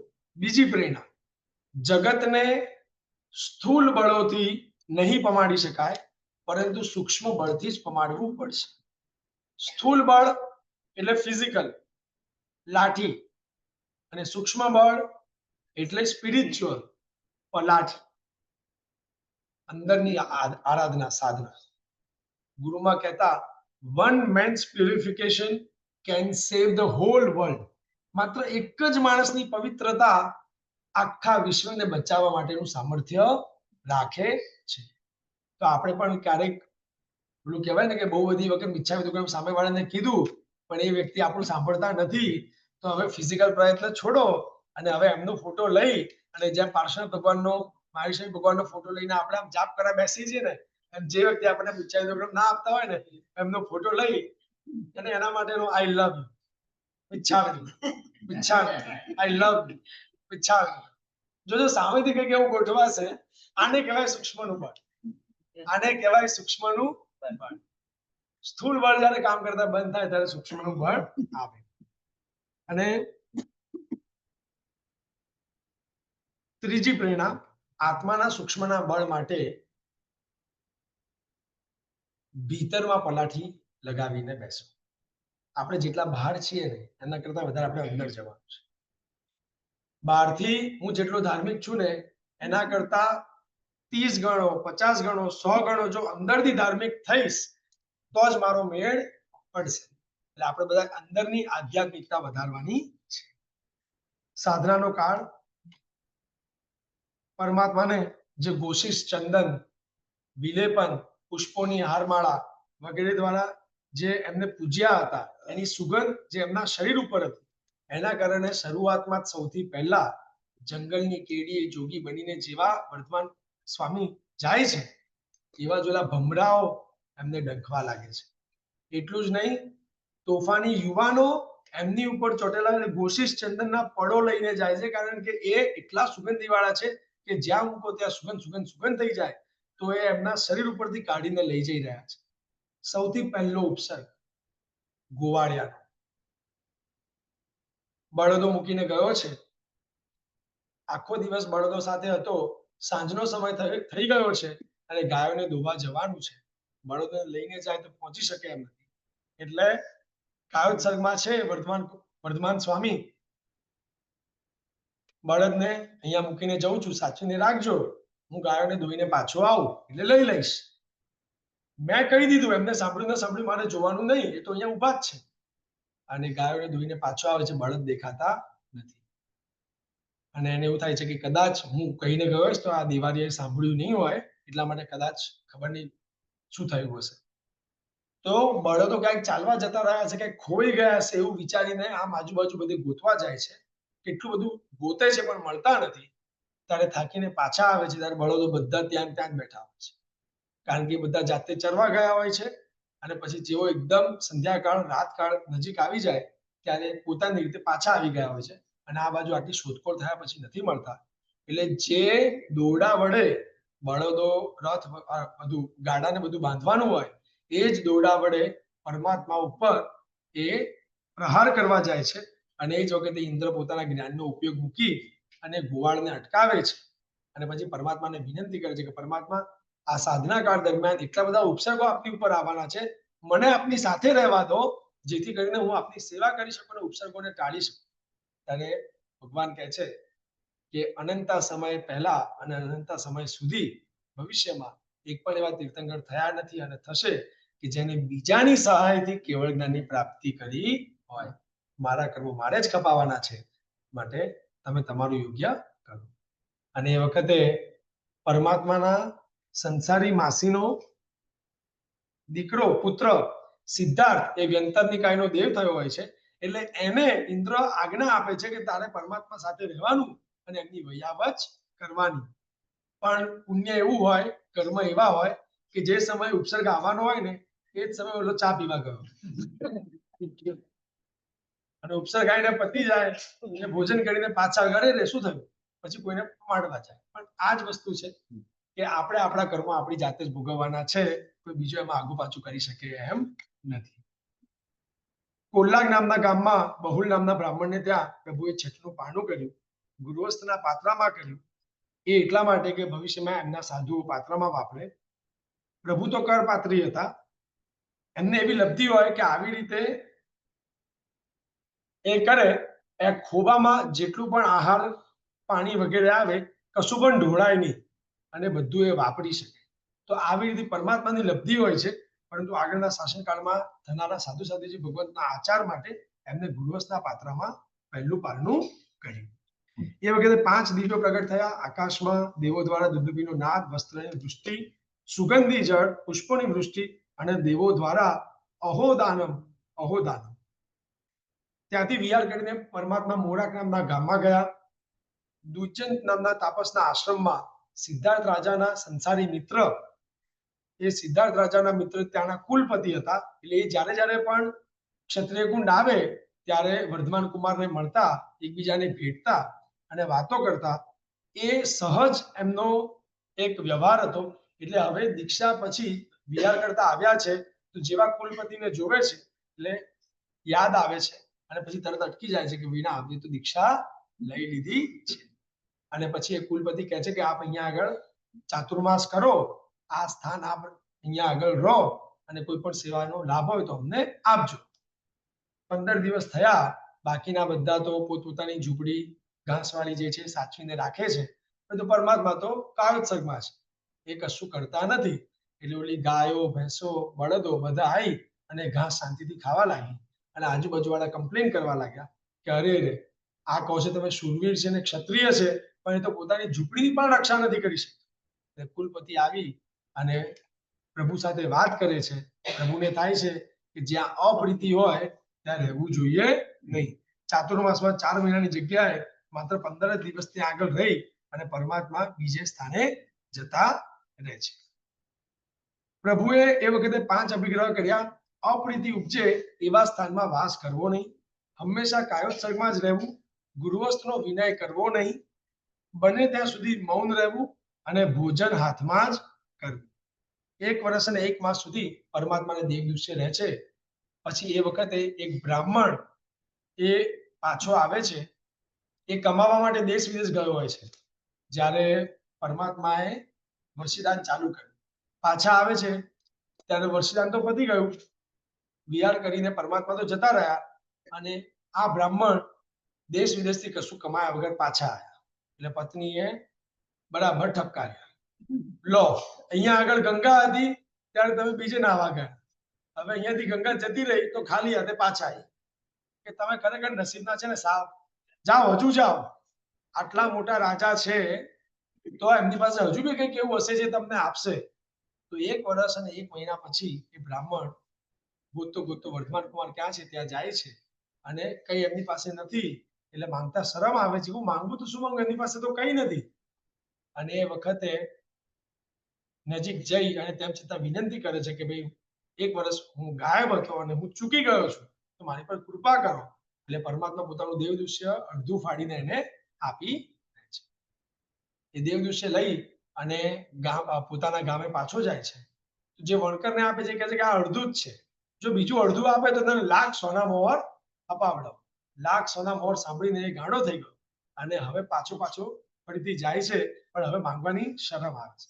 એટલે બસ ઈચ્છા કર્યા કરે છે, ક્યાંક આ દેવ દિવસે મને પાછું મળી જાય. આપણે ઈચ્છા કરીએ ને, બસ તું ક્ષમાપના નથી આપતો, હું ઈચ્છા કહું છું પણ તું સાંભળતો નથી, પણ ક્યાંક તારા મનમાં મારા માટે પ્રીતિ થઈ જાય. એટલે આવું સતત આપણે ઈચ્છા કર્યા કરીએ ને એટલે એવું કંઈક થઈ જાય. એટલે બ્રાહ્મણ આવું ઈચ્છતો હશે. એટલે પરમાત્મા ક્યાંકથી પસાર થયા અને ડાળખામાં અડધું દેવ દિવસે ભરાઈ ગયું. પરમાત્માને દેવ દિવસની કઈ જરૂરત છે એવું છે નહીં, પરંતુ ક્યાં ભરાઈ ગયું અને કોઈ જીવ હિંસા થાય એવું નથી, એટલે પરમાત્મા પાછું વળીને જોવે છે તો ઓલો બ્રાહ્મણ અડધું દેવ દિવસે લઈને જતો હોય છે. અને એ વખતે પછી ભવિષ્યમાં પેઢી કેવી આવશે, સમય કેવો આવશે, એના પર તેનો અંદાજો લે છે. શુલપાણી યક્ષ પ્રભુ પ્રથમ ચાતુર્માસના 15 દિવસ મોરા ગામમાં રહી બાકીનું ચાતુર્માસ શુલપાણી યક્ષના ચૈત્યમાં કરે છે. ધનદેવ નામનો વેપારી, એનો બળદ, એ 500 ગાડા એના નદીમાં ફસી ગયા હોય છે. એને બહાર કાઢવા માટે પોતે જોર લગાવે છે. એ જોર લગાવવાથી એની પાસળી તૂટી જાય છે અને એટલા માટે એ આગળ ચાલી નથી શકતો. પોતાના માલિક માટે એને મદદ કરી, પરંતુ એની હવે હાલત નથી કે આગળ કંઈ કરી શકે. એટલે નજીકના ગામના મુખિયાને એના શેઠ થોડું પૈસા આપી, સોના મોહર આપી અને કહે છે કે મારો ખાસ છે આ બળદ, એનાથી ચલાતું નથી, પરંતુ તમે એનું ખાસ ધ્યાન રાખજો. પહેલા 2-4 દિવસ ઘાસચારો નાખ્યો, પછી બંધ કરી દીધું. એ જીવ શુભ વ્યવસાયમાં મરી અને વ્યંતરની કાયનો દેવ શુલપાણી યક્ષ થયો. પણ એને ખબર પડી કે આ 3-4 દિવસ જ મને જમાડ્યું અને પછી મારું ધ્યાન ન રાખ્યું, એટલે એને મારી મરકીનો ઉપદ્રવ કરી અને એ ગામમાં એટલા બધા લોકોનું મૃત્યુ થયા કે એના સ્મશાનમાં હાડકાઓની આખી ઢગલો થઈ ગયો. અને એ ઢગલો થવાના કારણે એ ગામનું નામ અસ્થિક ગ્રામ, અસ્થિનું ગ્રામ એટલે અસ્થિક ગ્રામ એવું પડી ગયું. એટલે એ વખતે બધાએ વિનંતી કરી કે આ કોણ દેવ છે જે અમારી ઉપર ઉપદ્રવ કરી રહ્યા છે. એટલે એને પ્રગટ થઈને કીધું કે તમે મારું ચૈત્ય બનાવો, મારી પૂજા કરો, મને ભક્તિ કરો, મને સાચવો. અને એવી રીતે એનું આખું શુલપાણીનું ચૈત્ય મંદિર બનાવવામાં આવે છે. આખા ગામવાળા બધા ના પાડે છે, એ ખૂબ ભયંકર છે, એ અટ્ટહાસ્યો કરે છે, એ મારી નાખે છે, તમે ત્યાં જતા નહીં. પરંતુ પરમાત્મા એ શુલપાણી યક્ષના ચૈત્યમાં ચાતુર્માસ કરવા માટે જાય છે. જેવો આવે છે એ અનેક પ્રકારના ઉપસર્ગો પરમાત્મા ઉપર કરે છે. વીંછી વિકુરવે છે, અલગ અલગ પ્રકારના જીવડાઓ વિકુરવે છે, અલગ અલગ પ્રકારના ઉપસર્ગો પરમાત્મા ઉપર કરે છે, પરંતુ પરમાત્મા ચલાયમાન થતા નથી. અને એટલા માટે એ પછી અટ્ટહાસ્ય કરે છે. પરમાત્માના કાનમાં, દાંતમાં, નખમાં જે એવી કોમળ જગ્યા હોય ત્યાં આગળ એમને રંજાડે છે, પરંતુ પરમાત્મા ચલાયમાન થતા નથી. અને એ વખતે ઓલો માસીનો દીકરો વ્યંતર સિદ્ધાર્થ એ આવે છે, એને ખબર પડે છે કે શુલપાણી યક્ષ આવી રીતે ઉપદ્રવ કરી રહ્યો છે. એટલે એને સમજાવે છે કે ઇન્દ્રો જેમની પૂજા કરે છે એ આ વર્ધમાન સ્વામી છે, તે એમને આવો ઉપસર્ગ કર્યો, તું તો ગયો. અને એ વખતે પછી તરત જ એ એકદમ વિનમ્ર થઈ જાય છે અને એમની ભક્તિ કરવા લાગે છે. શુલપાણી યક્ષના બધા ઉપસર્ગો એકદમ શાંત, પ્રશાંત અને ઉપશાંત બની અને પરમાત્મા સહન કરે છે. એ વખતે પરમાત્માને 10 સ્વપ્નો આવે છે. આગળ વધતા આપણને બધાને ખબર છે ચંડકોશિયો નાગ, બુજ્જ ચંડકોશિયા મહાતપસ્વી જે સાધુ હતા, પગની નીચે દેડકી આવી ગઈ છે અને દેડકીનું પ્રાયશ્ચિત તમે લઈ લેજો, એવો બાળ સાધુ સતત રિમાઇન્ડ કરાયા કરે છે. એના કારણે એમને ગુસ્સો આવે છે અને ઉપાશ્રયમાં રજોહરણને લઈ અને નાના સાધુને મારવા માટે જાય છે. ત્યાં થાંભલા સાથે અથડાય છે અને મૃત્યુ પામે છે. પછીના ભવમાં એ મોટા વનના કનકખલ આશ્રમમાં 500 તાપસોના કૌશિક નામે અધિપતિ થાય છે અને એમને કુલપતિનું પદ મળે છે. એ આશ્રમ ઉપર એમને એટલી બધી મૂર્છા છે કે એમાં જેટલા પણ વૃક્ષો છે, ફળ ફળાદી છે, એ કોઈ પણ તોડવું ના જોઈએ, ફૂલ છે કોઈ પણ ચૂંટવું ના જોઈએ. એ આખો તાપસનો જે આશ્રમ છે, એ આશ્રમ ઉપર એમને એવો અધિકાર કે બધી વસ્તુ એકદમ પ્રોપર રહેવી જોઈએ.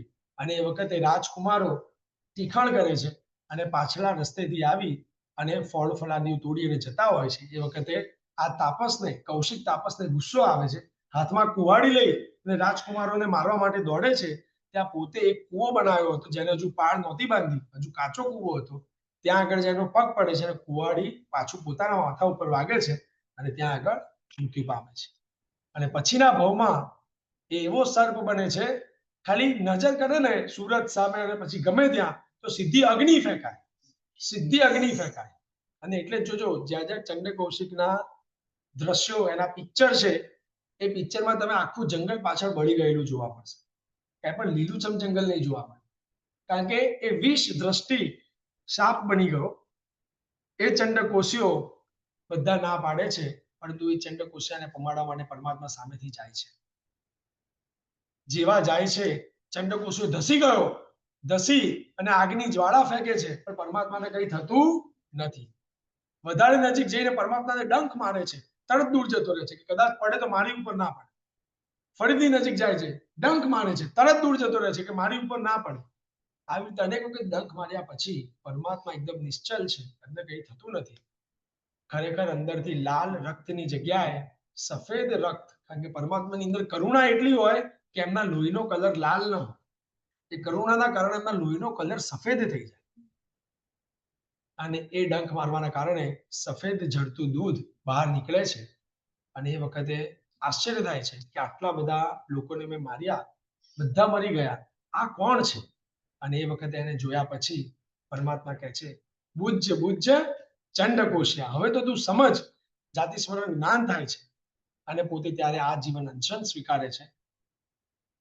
એક વૃક્ષના બિલમાં પોતાનું મોઢું નાખી દે છે, કારણ કે મોઢું બહાર જાય તો સૂર્યપ્રકાશથી આગ ફેંકાય ને, હવે મારે કરવું જ નથી. અને પોતે એકદમ સ્થિર થઈ જાય છે. ગામના લોકો ચંડકોશિયો શાંત પડી ગયો એટલે એની પૂજા કરે છે, એની ઉપર ઘી ચડાવે છે, એની ઉપર ચંદન ચડાવે છે. અને એની સુગંધથી ઓલી કીડીઓ, જંતુઓ એ બધા આવી રાતના સમયે એને ખાવા આવે છે. અને એનું પાછળનું જે આખું શરીર છે એ ચારણીની જેમ ચડી નાખે છે. પરંતુ વિચાર કરો, પરમાત્મા એને અસમાધિ ન થાય એટલે ત્યાં ને ત્યાં કાયોત્સર્ગ મુદ્રામાં હાજર છે. એ સહેજ બી એ આમ છપાટ મારે ને જો આટલા બધા જીવો મરી જશે તેની અંદરનો દ્વેષ છે ખબર પડી જશે, પણ એવું નહીં કરે. એટલા માટે થઈને એની શાતા, એની સમાધિ રહે, એની જાગૃતિ રહે, એટલા માટે પરમાત્મા પોતે ત્યાં હાજર છે. આપણે પરમાત્માને કહીએ અમે તો ચંડકોશિયા જેવું કઈ નથી કર્યું આપની સાથે, અમે તો અહીંયા આગળ વીર વીર વીર મહાવીર મહાવીર મહાવીર કરીએ છીએ અને પ્રભુ આપ અમને દેખાતા પણ નથી. અને ઓલો આવીને ડંખ મારી જાય અને આપ એની માટે આટલું બધું કરો. 15 દિવસ સુધી પરમાત્મા એ ચંડકોશિયા માટે ઉભા રહ્યા છે. ચંડકોશિયાના ઉપસર્ગથી આગળ વધતા ગોશાળા વગેરેના ઉપસર્ગ પણ છે. એ ગોશાળો પરમાત્મા પાસેથી જ આ વિદ્યા શીખ્યો છે.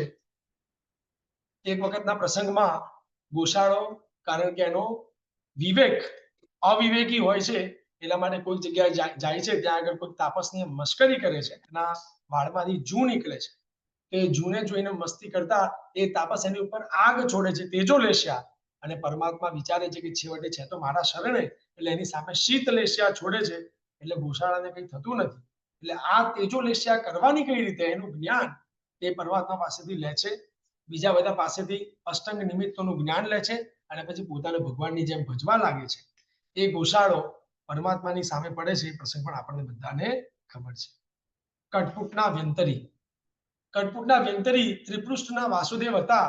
એ ભવમાં જે અણમાનીતી રાણી હતી એનો ભવ કટપુટના વ્યંતરી તરીકે થાય છે. અને પરમાત્મા નદી કાંઠે એકદમ કડકડતી ઠંડીનો સમય છે અને કડકડતી ઠંડીના સમયે નદી કાંઠે પરમાત્મા કાયોત્સર્ગમાં છે. ત્યારે વ્યંતરી પોતાની લાંબી જટા એ ઠંડા ઠંડા નદીના પાણીમાં કરી અને પરમાત્મા ઉપર છાંટે છે. એ એટલી કડકડતી ઠંડીમાં એવું ઠંડુ પાણી પરમાત્માને અડે છે. એ ઉપસર્ગ વખતે પણ પરમાત્મા શાંત છે, પરમાત્મા પ્રશાંત છે, પરમાત્મા ઉપશાંત છે. અનેકવિધ નાના મોટા ઉપસર્ગો છે. એમાં છેલ્લો સંગમનો ઉપસર્ગ. ઇન્દ્રલોકમાં ફરીથી પરમાત્માના વખાણ થયા છે. સંગમથી સહન નથી થતું અને સંગમ પરમાત્માને ચલાયમાન કરવા માટે કશું બાકી નથી રાખતું. 20 પ્રકારના મોટા ઉપસર્ગો એક જ રાત્રિમાં જેને કર્યા છે, ધૂળની એવી વૃષ્ટિ કરી કે પ્રભુનું આખું શરીર, આંખ, નાક, કાન વગેરે શરીરના છિદ્રો પણ પૂરાઈ ગયા. પ્રભુનો શ્વાસ પણ રૂંધાવા લાગ્યો, પણ પ્રભુ નિશ્ચળ રહ્યા. વજ્રમુખી કીડીઓ વિકુળવી, તે કીડીઓ પ્રભુના શરીરને ચાણી જેવું કરી નાખ્યું. ડાન્સ વિકુળ્યા, ઘીમેલો વિકુળવી, જે પ્રભુને આખા દેહે ચોંટીને વળગી રહી. વીછીઓ વિકુળ્યા, જે એમને તીક્ષ્ણ ડંખ દેવા લાગ્યા. નોળિયા, ભયંકર સર્પો, ઉંદરો, મદોન્મત હાથી પણ વિકુળ્યા, જે આખા ને આખા પરમાત્માને આકાશમાં ઉછેડી અને નીચે પાડે. ફરીથી સૂંઢથી આકાશમાં ઉછેડી અને નીચે પાડે. પિશાચ વિકુળ્યો, જે એવો અવાજ કરે કે જે સહન ન થાય. વિકરાળ વાઘ વિકુળ્યો, જે પ્રભુને એના પંજાથી ખાવા જાણે લોહી લુહાણ કરવા લાગી. આવા 20 પ્રકારના ઉપસર્ગમાં છેવટે એમને અનુકૂળ ઉપસર્ગ પણ કર્યા. એટલે રાત હોય તો દિવસ કરી દે, અને દિવસ કરીને પછી કહે કે ચાલો આપ હવે વરવા માટે આગળ વધો. સિદ્ધાર્થ રાજા અને ત્રિશલા રાણી એમનું આખું પ્રતિબિંબ લઈ આવે અને પછી કહે કે એ દીકરા શું કરે છે, તું મારી સામું તો જો, તું મારી સામું પણ નથી જોતો. અનુકૂળ ઉપસર્ગો, પ્રતિકૂળ ઉપસર્ગો, અનેક પ્રકારના ઉપસર્ગો કર્યા, પરંતુ પરમાત્મા ક્યારે પણ ચલાયમાન થયા નહીં. અને છેવટે જ્યારે કઈ ન ચાલ્યું ત્યારે કાળચક્ર એની પાસે જે હતું, સંગમ પાસે, એ કાળચક્ર પણ છોડ્યું, જેમાંથી આગ જરી રહી છે. પરમાત્મા ઉપર એક કાળચક્ર અથડાયું, પરમાત્મા જમીનમાં અડધા ખૂપી ગયા. સેકન્ડો માટે અસ્વસ્થ થયા, પરંતુ પાછા સ્વસ્થ થઈ અને ઉપર આવીને કાળચક્ર મુદ્રામાં એ સ્થિર થઈ ગયા. અને એ વખતે આ બધું દ્રશ્ય દેવલોકના ઇન્દ્રો, અનેક દેવો જોઈ રહ્યા છે. પરંતુ જો એ વખતે વચ્ચે પડે તો એ સંગમ એવું કે તો તમે વચ્ચે પડ્યા ને એટલા માટે, નહીતર તો હું ચલાયમાન કરી જ દેતે. એટલે એવું ન થાય એટલા માટે થઈ અને કોઈ વચ્ચે પડતું નથી. પરંતુ આ 20 ઉપસર્ગો થયા પછી પરમાત્મા જ્યારે ચલાયમાન ન થયા ત્યારે એમની ભક્તિ કરી અને સંગમ પાછો દેવલોકમાં જતો હોય છે, ત્યારે ઇન્દ્ર એને ધૂતકારી નાખે છે અને એને ઇન્દ્રલોકની બહાર કરી દે છે. આજે પણ એ સંગમ મેરુ શિખરની કોઈ શિલાના ખાણમાં ત્યાં આગળ છે, કારણ કે હવે દેવલોકમાં નો મોર એન્ટ્રી. આ પનિશમેન્ટ એ સંગમદેવ ભોગવી રહ્યો છે. પરંતુ એ સંગમદેવ જ્યારે પાછો જતો હતો ત્યારે પરમાત્મા પોતાની આંખોના 2 આંસુ એને આપે છે કે તું મારી ઉપર ઉપકાર કરી ગયો મારા કર્મો ખપાવીને, પરંતુ મેં તારા માટે કંઈ ના કર્યું. અને એના કારણે થઈ આ કરુણાની પરાકાષ્ઠા છે પરમાત્માની, કે હું કંઈ તારા માટે કરી ના શકું. સંગમ અભવી જીવ છે. સંગમના ઉપસર્ગ પછી પરમાત્માના પારણાની વાતો, ચંદન બાળા પારણું કરાયું એ પ્રસંગ, કાનમાં ખીલા ઠોકાયા એ પ્રસંગ. સમયની મર્યાદા છે, એના કારણે હું આ બધી વસ્તુ ડિટેલમાં લઈ નથી શકતો. કાનમાં ખીલા ઠોકાયા, ઠોકીને એવી રીતે ગયા કે પાછળનો જે ખીલાનો ભાગ હોય ને, કે જેનાથી ખીલા ખેંચી શકાય, એ પણ કાપી નાખ્યા, કે જેથી કરીને ખબર ના પડે. અને પછી જ્યારે સિદ્ધાર્થ નામના વૈદ્ય પ્રભુ વોરવા જાય છે, ત્યાં ખરક નામના વૈદ્ય પ્રભુને જોયા અને એમને ખબર પડી ગઈ કોઈ ચોક્કસ પ્રકારનું દર્દ ખરેખર પરમાત્માને છે. આપણે આપણા કાનમાં છે ને ખાલી જોરથી એક સળી પણ નાખી જોઈએ ને તો ખબર પડે કે કેવી અરેરાટી છૂટી જાય. અને આ પરમાત્માને કાનમાં આવા ભયંકર ખીલા ઠોકાયા, પરંતુ પરમાત્મા શાંત, પ્રશાંત, શાંત. ચોક્કસ જ્યારે વાસુદેવના સમયે સૈયા પાલકના કાનમાં શિશુ રેડ્યું, એ કર્મોને પરમાત્માએ ખાલી કર્યા. પરંતુ આપણને એમ લાગે કે જો ભગવાન, મારી પાસે તો આવું સામર્થ્ય નથી કે આટલા બધા કષ્ટો હું પોતે સહન કરી શકું. હું બુજાયેલો દીવડો છું. હું આજે એટલી જ પ્રાર્થના કરું કે તમે પ્રગટેલા દીવડા, હું તમને સ્પર્શી જાઉં અને હું પણ કેવળ જ્ઞાની. ઉપસર્ગનું એક નાનું પદ આપણે લઈ લઈએ અને પછી આપણે છેલ્લે કેવળ જ્ઞાન નિર્વાણ.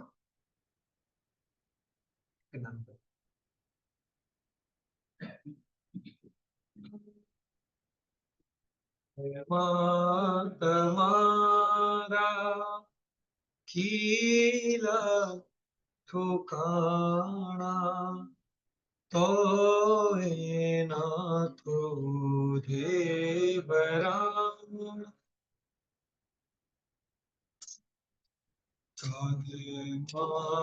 અમારા કોઈ રડવા વચન કહે, લડવામાં શૂરા શાણા, ઓ લડવા શૂરા નિશાન. ચંડ કોશીના જેવા ઝેર ઉતાર્યા એવા, ઝેરમાં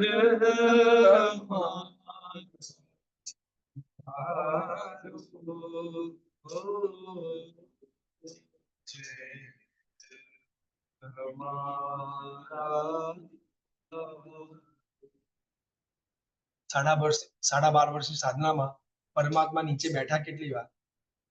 48. સાડા બાર વર્ષની સાધનામાં પરમાત્મા આડા પડીને સૂતા કેટલી વાર? એક પણ વખત પરમાત્મા બેઠા નથી પલાઠીમાં. પલાઠી વાળીને પરમાત્મા 12.5 વર્ષની સાધનામાં એક પણ વખત બેઠા નથી. આપણે સમસ્યાનું પ્રતિકોણ બધા ઉભા ઉભા કરીશું. સૂતા કેટલી વાર? 48. કે અંતર્મુહૂર્ત. આમ આમ આમ ઝૂકવાઈ ગયું ને એવી સેકન્ડો ગણી ગણીને 12.5 વર્ષમાં પરમાત્મા 48 મિનિટ સૂતા છે. એટલે આમ તો સુવાની વાત નથી, ક્યારે આડા પડીને સૂતા જ નથી, પરંતુ આમ ઝૂકવાઈ ગયું કે આમ જસ્ટ આમ ધ્યાન થઈ ગયું, એવી ક્ષણો એવી મિનિટો ભેગી કરીને 48 મિનિટ માત્ર પરમાત્મા સૂતા છે. 4165 દિવસ પરમાત્માએ ઉપવાસ કર્યા છે, 349 દિવસ પારણા કર્યા છે 12.5 વર્ષની સાધના. અને 349 પારણા પણ 2 પારણા એક સાથે, એટલે 2 દિવસ એક સાથે વાપર્યું હોય એવું એક પણ વખત નથી. આવી પરમાત્માની ઘોર સાધના પછી એમને બધાના 2 હાથ જોડેલા. જ્યારે દીક્ષા જીવનનું 13મું વર્ષ ચાલતું હતું, વૈશાખ સુદ દસમ હતી, સૂર્ય પશ્ચિમ તરફ ઢળ્યો હતો, તે વખતે સુરત નામના દિવસે વિજય મુહૂર્તે ઝુંબી ગ્રામનગરની બહાર રુજુવાલિકા નદીના કાંઠે વ્યાવૃત નામે વ્યંતરના દિવાલયની લગભગ પાસે શ્યામક નામના ગૃહપતિની ખેતરમાં શાલ નામના વૃક્ષ નીચે ગોદોહિકા નામના ઉત્કટિક આસને પ્રભુ આતાપના લેતા હતા.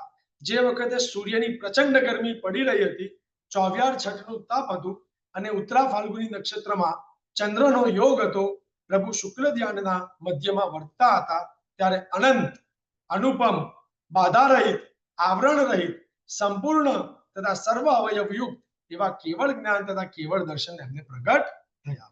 બોલો શ્રી મહાવીર સ્વામી ભગવાન કી જય. પરમાત્માની પહેલી દેશના નિષ્ફળ ગઈ, ત્યારબાદ બીજી દેશનામાં 11 ગણ થયું. ઇન્દ્રભૂતિ જીવ છે કે નહીં, અગ્નિભૂતિ કર્મ છે કે નહીં, વાયુભૂતિ શરીર જ જીવ છે કે જીવ અલગ છે, આ બધા 11 ગણધરોને જે એમના ડાઉટ હતા એ ડાઉટ ખૂબ પ્રીતિપૂર્વક, સ્યાદવાદ અને અનેકાંત પૂર્વક, સમજાવવા પૂર્વક પરમાત્માએ એમના દૂર કર્યા. 11 બ્રાહ્મણો 4400 શિષ્યો સાથે પરમાત્મા સાથે પહેલી વખત દીક્ષા લે છે, ચતુર્વિધ સંઘની સ્થાપના થાય છે. આપણે બધા એટલું ખાલી સમજીએ આ પ્રસંગ ઉપરથી કે જ્યાં સર્વવૃત્તિ નથી ને ત્યાં આગળ શાસનની સ્થાપના શક્ય નથી. અનંત તીર્થંકર પરમાત્મા જે દિવસે કેવળ જ્ઞાન થાય એ દિવસે શાસનની સ્થાપના કરે. મહાવીર સ્વામી એ ન કરી શક્યા એનું કારણ શું હતું? સર્વવૃત્તિ કોઈએ ન લીધું એટલા માટે. તો જે સર્વવૃત્તિની ગેરહાજરી તીર્થંકર પરમાત્માનું શાસન એક દિવસ પાછું ઠેલવી શકે સ્થપાવવા માટે, એ સર્વવૃત્તિની ગેરહાજરી વાળો, એ સર્વવૃત્તિની ગેરહાજરી જ્યાં જ્યાં પણ હોય ત્યાં ત્યાં મારે જવું નથી, એટલી આપણે બુદ્ધિ ચોખ્ખી રાખવી જોઈએ. સર્વવૃત્તિ સર્વવૃત્તિ સર્વવૃત્તિ, પંચ મહાવ્રતનું પાલન, પંચ મહાવ્રતનું પાલન, પંચ મહાવ્રતનું પાલન, આ જ્યાં આગળ ગેરહાજર છે તે આપણને ચાલે. આપણે હંમેશા ધ્યાનમાં રાખવું જોઈએ કે આપણને જે મળ્યું છે આ ઉત્તમ તત્વ, એ ઉત્તમતાને જેટલું બને એટલું નજીકથી, જેટલું બને એટલું તત્વથી, જેટલું બને એટલું ઓરિજિનલ આપણે માણવું છે. આ મનુષ્ય ભાવ આપણને મળ્યો છે, એને આપણે અહીંયા ત્યાં ક્યાંય જઈને ગુમાવવો નથી. અને છેલ્લે ભસ્મ રાશિ ગ્રહની વાત આવે છે એક ક્ષણ માટે પરમાત્મા આપનું આયુષ્ય વધારી દો, એવું જ્યારે ઇન્દ્ર મહારાજા પરમાત્માને વિનંતી કરે છે, ત્યારે પરમાત્મા કહે છે કે એ મારા હાથમાં નથી. હું તીર્થંકર હોવા છતાં મારી પાસે એટલી શક્તિ નથી. પાવાપુરીમાં પરમાત્મા છેલ્લે 16 પ્રહરની દેશના આપી છેલ્લે 16 પ્રહરની દેશના આપી અને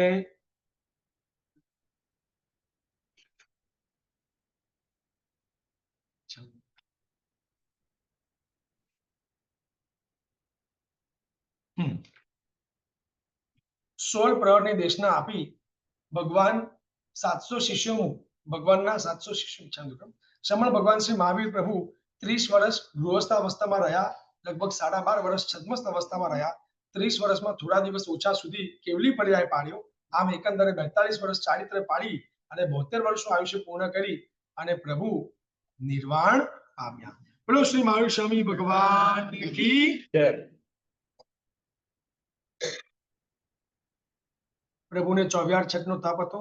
સ્વાતિ નક્ષત્રમાં ચંદ્રનો યોગ હતો. રાત્રિ મુહૂર્ત જેટલી બાકી હતી અને પદ્માસને બેઠા હતા ત્યારે 16 પ્રહરની દેશના આપી આસુવદ અમાસની રાત્રે પ્રભુ સિદ્ધ થયા, બુદ્ધ થયા, મુક્ત થયા, નિર્વાણ પદ પામ્યા. એ પછી પરમાત્માએ પોતાની શાસન ધુરા એની પહેલા 5મા સુધર્મા સ્વામી ગણધર ભગવાન, કારણ કે એમનું આયુષ્ય વધારે હતું, જે દિવસે પરમાત્માનું નિર્વાણ થયું એ દિવાળીનો દિવસ, કારતક સુદ એકમ એટલે ગૌતમ સ્વામીની કલ્યાણકનો નવા વર્ષનો દિવસ.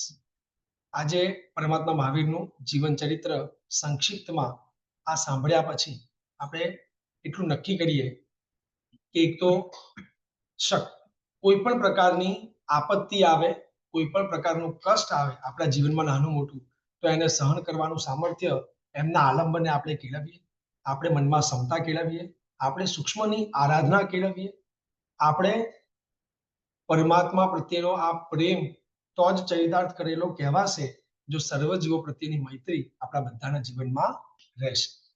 મિત્રાગુની આજ્ઞા વિરુદ્ધ કંઈ પણ બોલાયું હોય તેનું ત્રિવિધ મિચ્છામિ દુક્કડમ. આપના આત્મામાં રહેલા પરમાત્માને નમસ્કાર કરી અને હું વિરમું છું. નમો ઓરિયંતાણમ, નમો સિદ્ધાણમ, નમો આર્યાણમ, નમો ઉદ્ધાણમ, નમો લેસવ સાવણમ. એસો પંચરુકારો સર્વ પાવ પણાસનો મુલાન છે સર્વે પરમો ભય મુક્ત. બોલો મહાવીર સ્વામી ભગવાન કી જય. પચકારી વગર બસાય કરી પચકારનો આદેશ દેશું, આદેશ દેશું ગુરુ આજ્ઞાથી. અઠ્ઠમ નું પચકાણ કોઈને લેવાનું છે? લઈ લો થઈ જશે. નમો ઓરિયંતાણમ આદેશ દેશું છે ગુરુ આજ્ઞાથી. સૂર્ય ઉગે અબત્તડમ અઠ્ઠમ બત્તમ પચકાઈ તિવ્યમ બિહારમ અસનમ ખાયસમ તલવગણમ સવસાગરમ પાઈટાગરમ મહત્રમ સવસ્મિત્યગરમ પાણાર પુરુષાર પુરુષ સૂર્ય પુરુષ મોટે મોટે મુડી સે પચકાઈ અર્ધાવગણમ સવસાગરમ પચ્છાગર દિશાવણ સાવગણ મહત્રમ સવસ્મિત્યગરમ પાણસલેનો અલેનો અચ્છમબુલીનો સજિતનો સજિત નમો શ્રી. ચોવ્યાર ઉપવાસ કોઈ છે? ચોવ્યાર ઉપવાસ આજે સૂર્ય ઉગે અબત્તડમ પચકાઈ ચૌવી બિહારમ અસન પાણમ ખાયસમ તલવગણમ સવસાગરમ પાઈટાગરમ મહત્રમ સવસ્મિત્યગરમ નમો શ્રી. દિવ્યાર ઉપવાસ કોઈ છે આજે? દિવ્યાર ઉપવાસના તપસ્વી હાથ જોડજો. સૂર્ય ઉગે અબત્તડમ પચકાઈ તિવ્યમ બિહારમ અસનમ ખાયસમ તલવગણમ સવસાગરમ પાઈટાગરમ મહત્રમ સવસ્મિત્યગરમ પાણહાર કોરસી કોરસી સૂર્ય ઉગે પૂર્વ મોટે મોટે મુડી પચકાઈ તલવગણમ સવસાગરમ પચ્છનગાણ દિશાવણ સાવવણ મહત્રમ સવસ્મિત્યગરમ પાણસ લેવણો આલેનો અચ્છન બોલીમાં સજિતનો સ્ત્રીનો બોસી. એકાશનું બેસનું આંબેલ છૂટાવાળા જેમને હજી પચકાણ ન પાડ્યું બધા ઉગે સૂર્ય મુકાર સેમ કોરસીમ સાત કોરસીમ સૂર્ય કે પૂર્વ મોટે મોટે મુડી પચકાઈ પચકા મેંતાણ મુગણમ સહસાગરમ પચ્છનગાણ દિશાવણ સાવવણ મહત્રમ સવસ્મિત્યગરમ આંબેલ વિચારતા મુગણમ સહસાગરમ લિયા લેણમ ગીત સંસિદ્ધ નુકી દેવગણ પડચો મુગણ પાઈટાગણ મહત્રમ સવસ્મિત્યગરમ એકાશનું બેસનું પચકાઈ પચકામ દિવ્યમ બિહારમ અસણમ ખાઈમમ સાયમ અર્થાન મુગણમ સહસાગરમ સાગરગણ આઉટન પસમ ગુરુ પુટાણ પાઈટાગણ મહત્રમ સવસ્મિત્યગરમ પાણસ લેવણો આલેનો અચ્છન બોલીનો સજિતનો સ્ત્રીનો બોસી. દેશાવકાશી ગો ભોગમ પરિભોગમ પચકાઈ આંતન મુગણમ સહસાગરમ મહત્રમ સવસ્મિત્યગરમ બોસી રહી. દાણા બેગમ પચકાઈ આંતન મુગણમ સહસાગરમ મહત્રમ સવસ્મિત્યગરમ બોસી. બોલો શ્રી મહાવીર સ્વામી ભગવાન કી જય. આવતીકાલે કલ્પસૂત્રનું છેલ્લું વ્યાખ્યાન, પરમ દિવસે બારસા સૂત્ર. બારસા સૂત્રના સરસ મજાના પદો ઢાળિયા કે સ્તુતિ સ્વરૂપે લેવામાં આવશે. આપણે જે બપોરના વ્યાખ્યાનની વાતો પણ અમુક મિસ કરી છે, આ ઝડપથી લેવામાં જે વચ્ચેના નાના મોટા પદાર્થો મિસ કર્યા છે, એ બધું બારસા સૂત્રમાં એક સાથે કવર થશે. એટલે 12 સૂત્રની આડત અહીંયા જ છે. એટલે અહીંયા આગળ બધા કેટલા વાગે છે? સવારે ઈશ્વર 9 વાગે આપણે રેગ્યુલર ટાઈમ 9 વાગે 9 વાગે. એ દિવસે ખાસ બધા સમયસર આવજો. સરસ રીતે ઢાળિયા સંપ્રતિભાઈ લેશે અને એની સાથે ક્યાંક કંઈક નાની મોટી સંવેદના હશે, જરૂર હશે તો લઈશું. અને ચિત્ર દર્શન થાય છે ને, એનો ઉછવણી ને બધું. ભાષા સૂત્ર ચડાવ અપાય છે.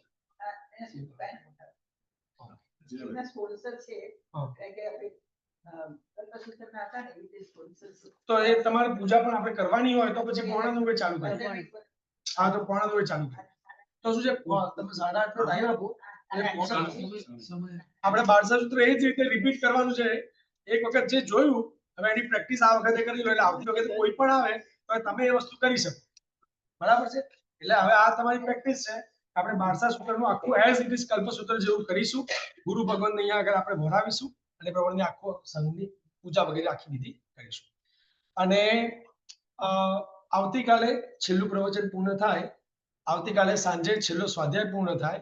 પરમ દિવસે સંવત્સરીની આરાધનામાં શક્ય એટલું મૌન, શક્ય એટલા દેશાવકાશિક સામાયિક, શક્ય એટલું હોય તો ચોવ્યાર ઉપવાસ, તિવ્યાર ઉપવાસ, જે પણ યથાશક્તિ હોય તબ બેસ્ટમાં બેસ્ટ કરવું. સંવત્સરી મહાપર્વની આરાધના માટે થઈને જ આપણે અત્યાર સુધી આટલા જોડાયેલા છીએ. તો છેલ્લો દિવસ એ શિખર છે, એ કળશ છે. એમાં ક્યાંય પણ આપણાથી કોઈ પણ પ્રકારની ક્ષતિ ન રહી જાય એ બધા જાગૃતિ ખૂબ રાખજો. બોલો મારું શબ્દ ભગવાન જય.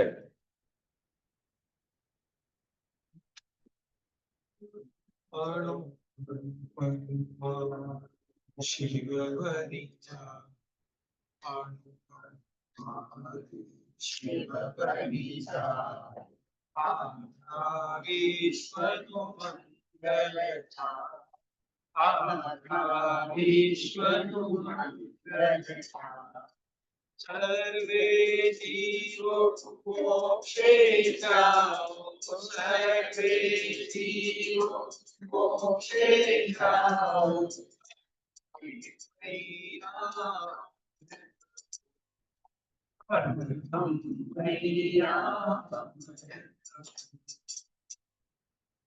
હવે અહીંયા આગળ સ્નાત્ર પૂજા સંપ્રતિભાઈ કરાવે છે.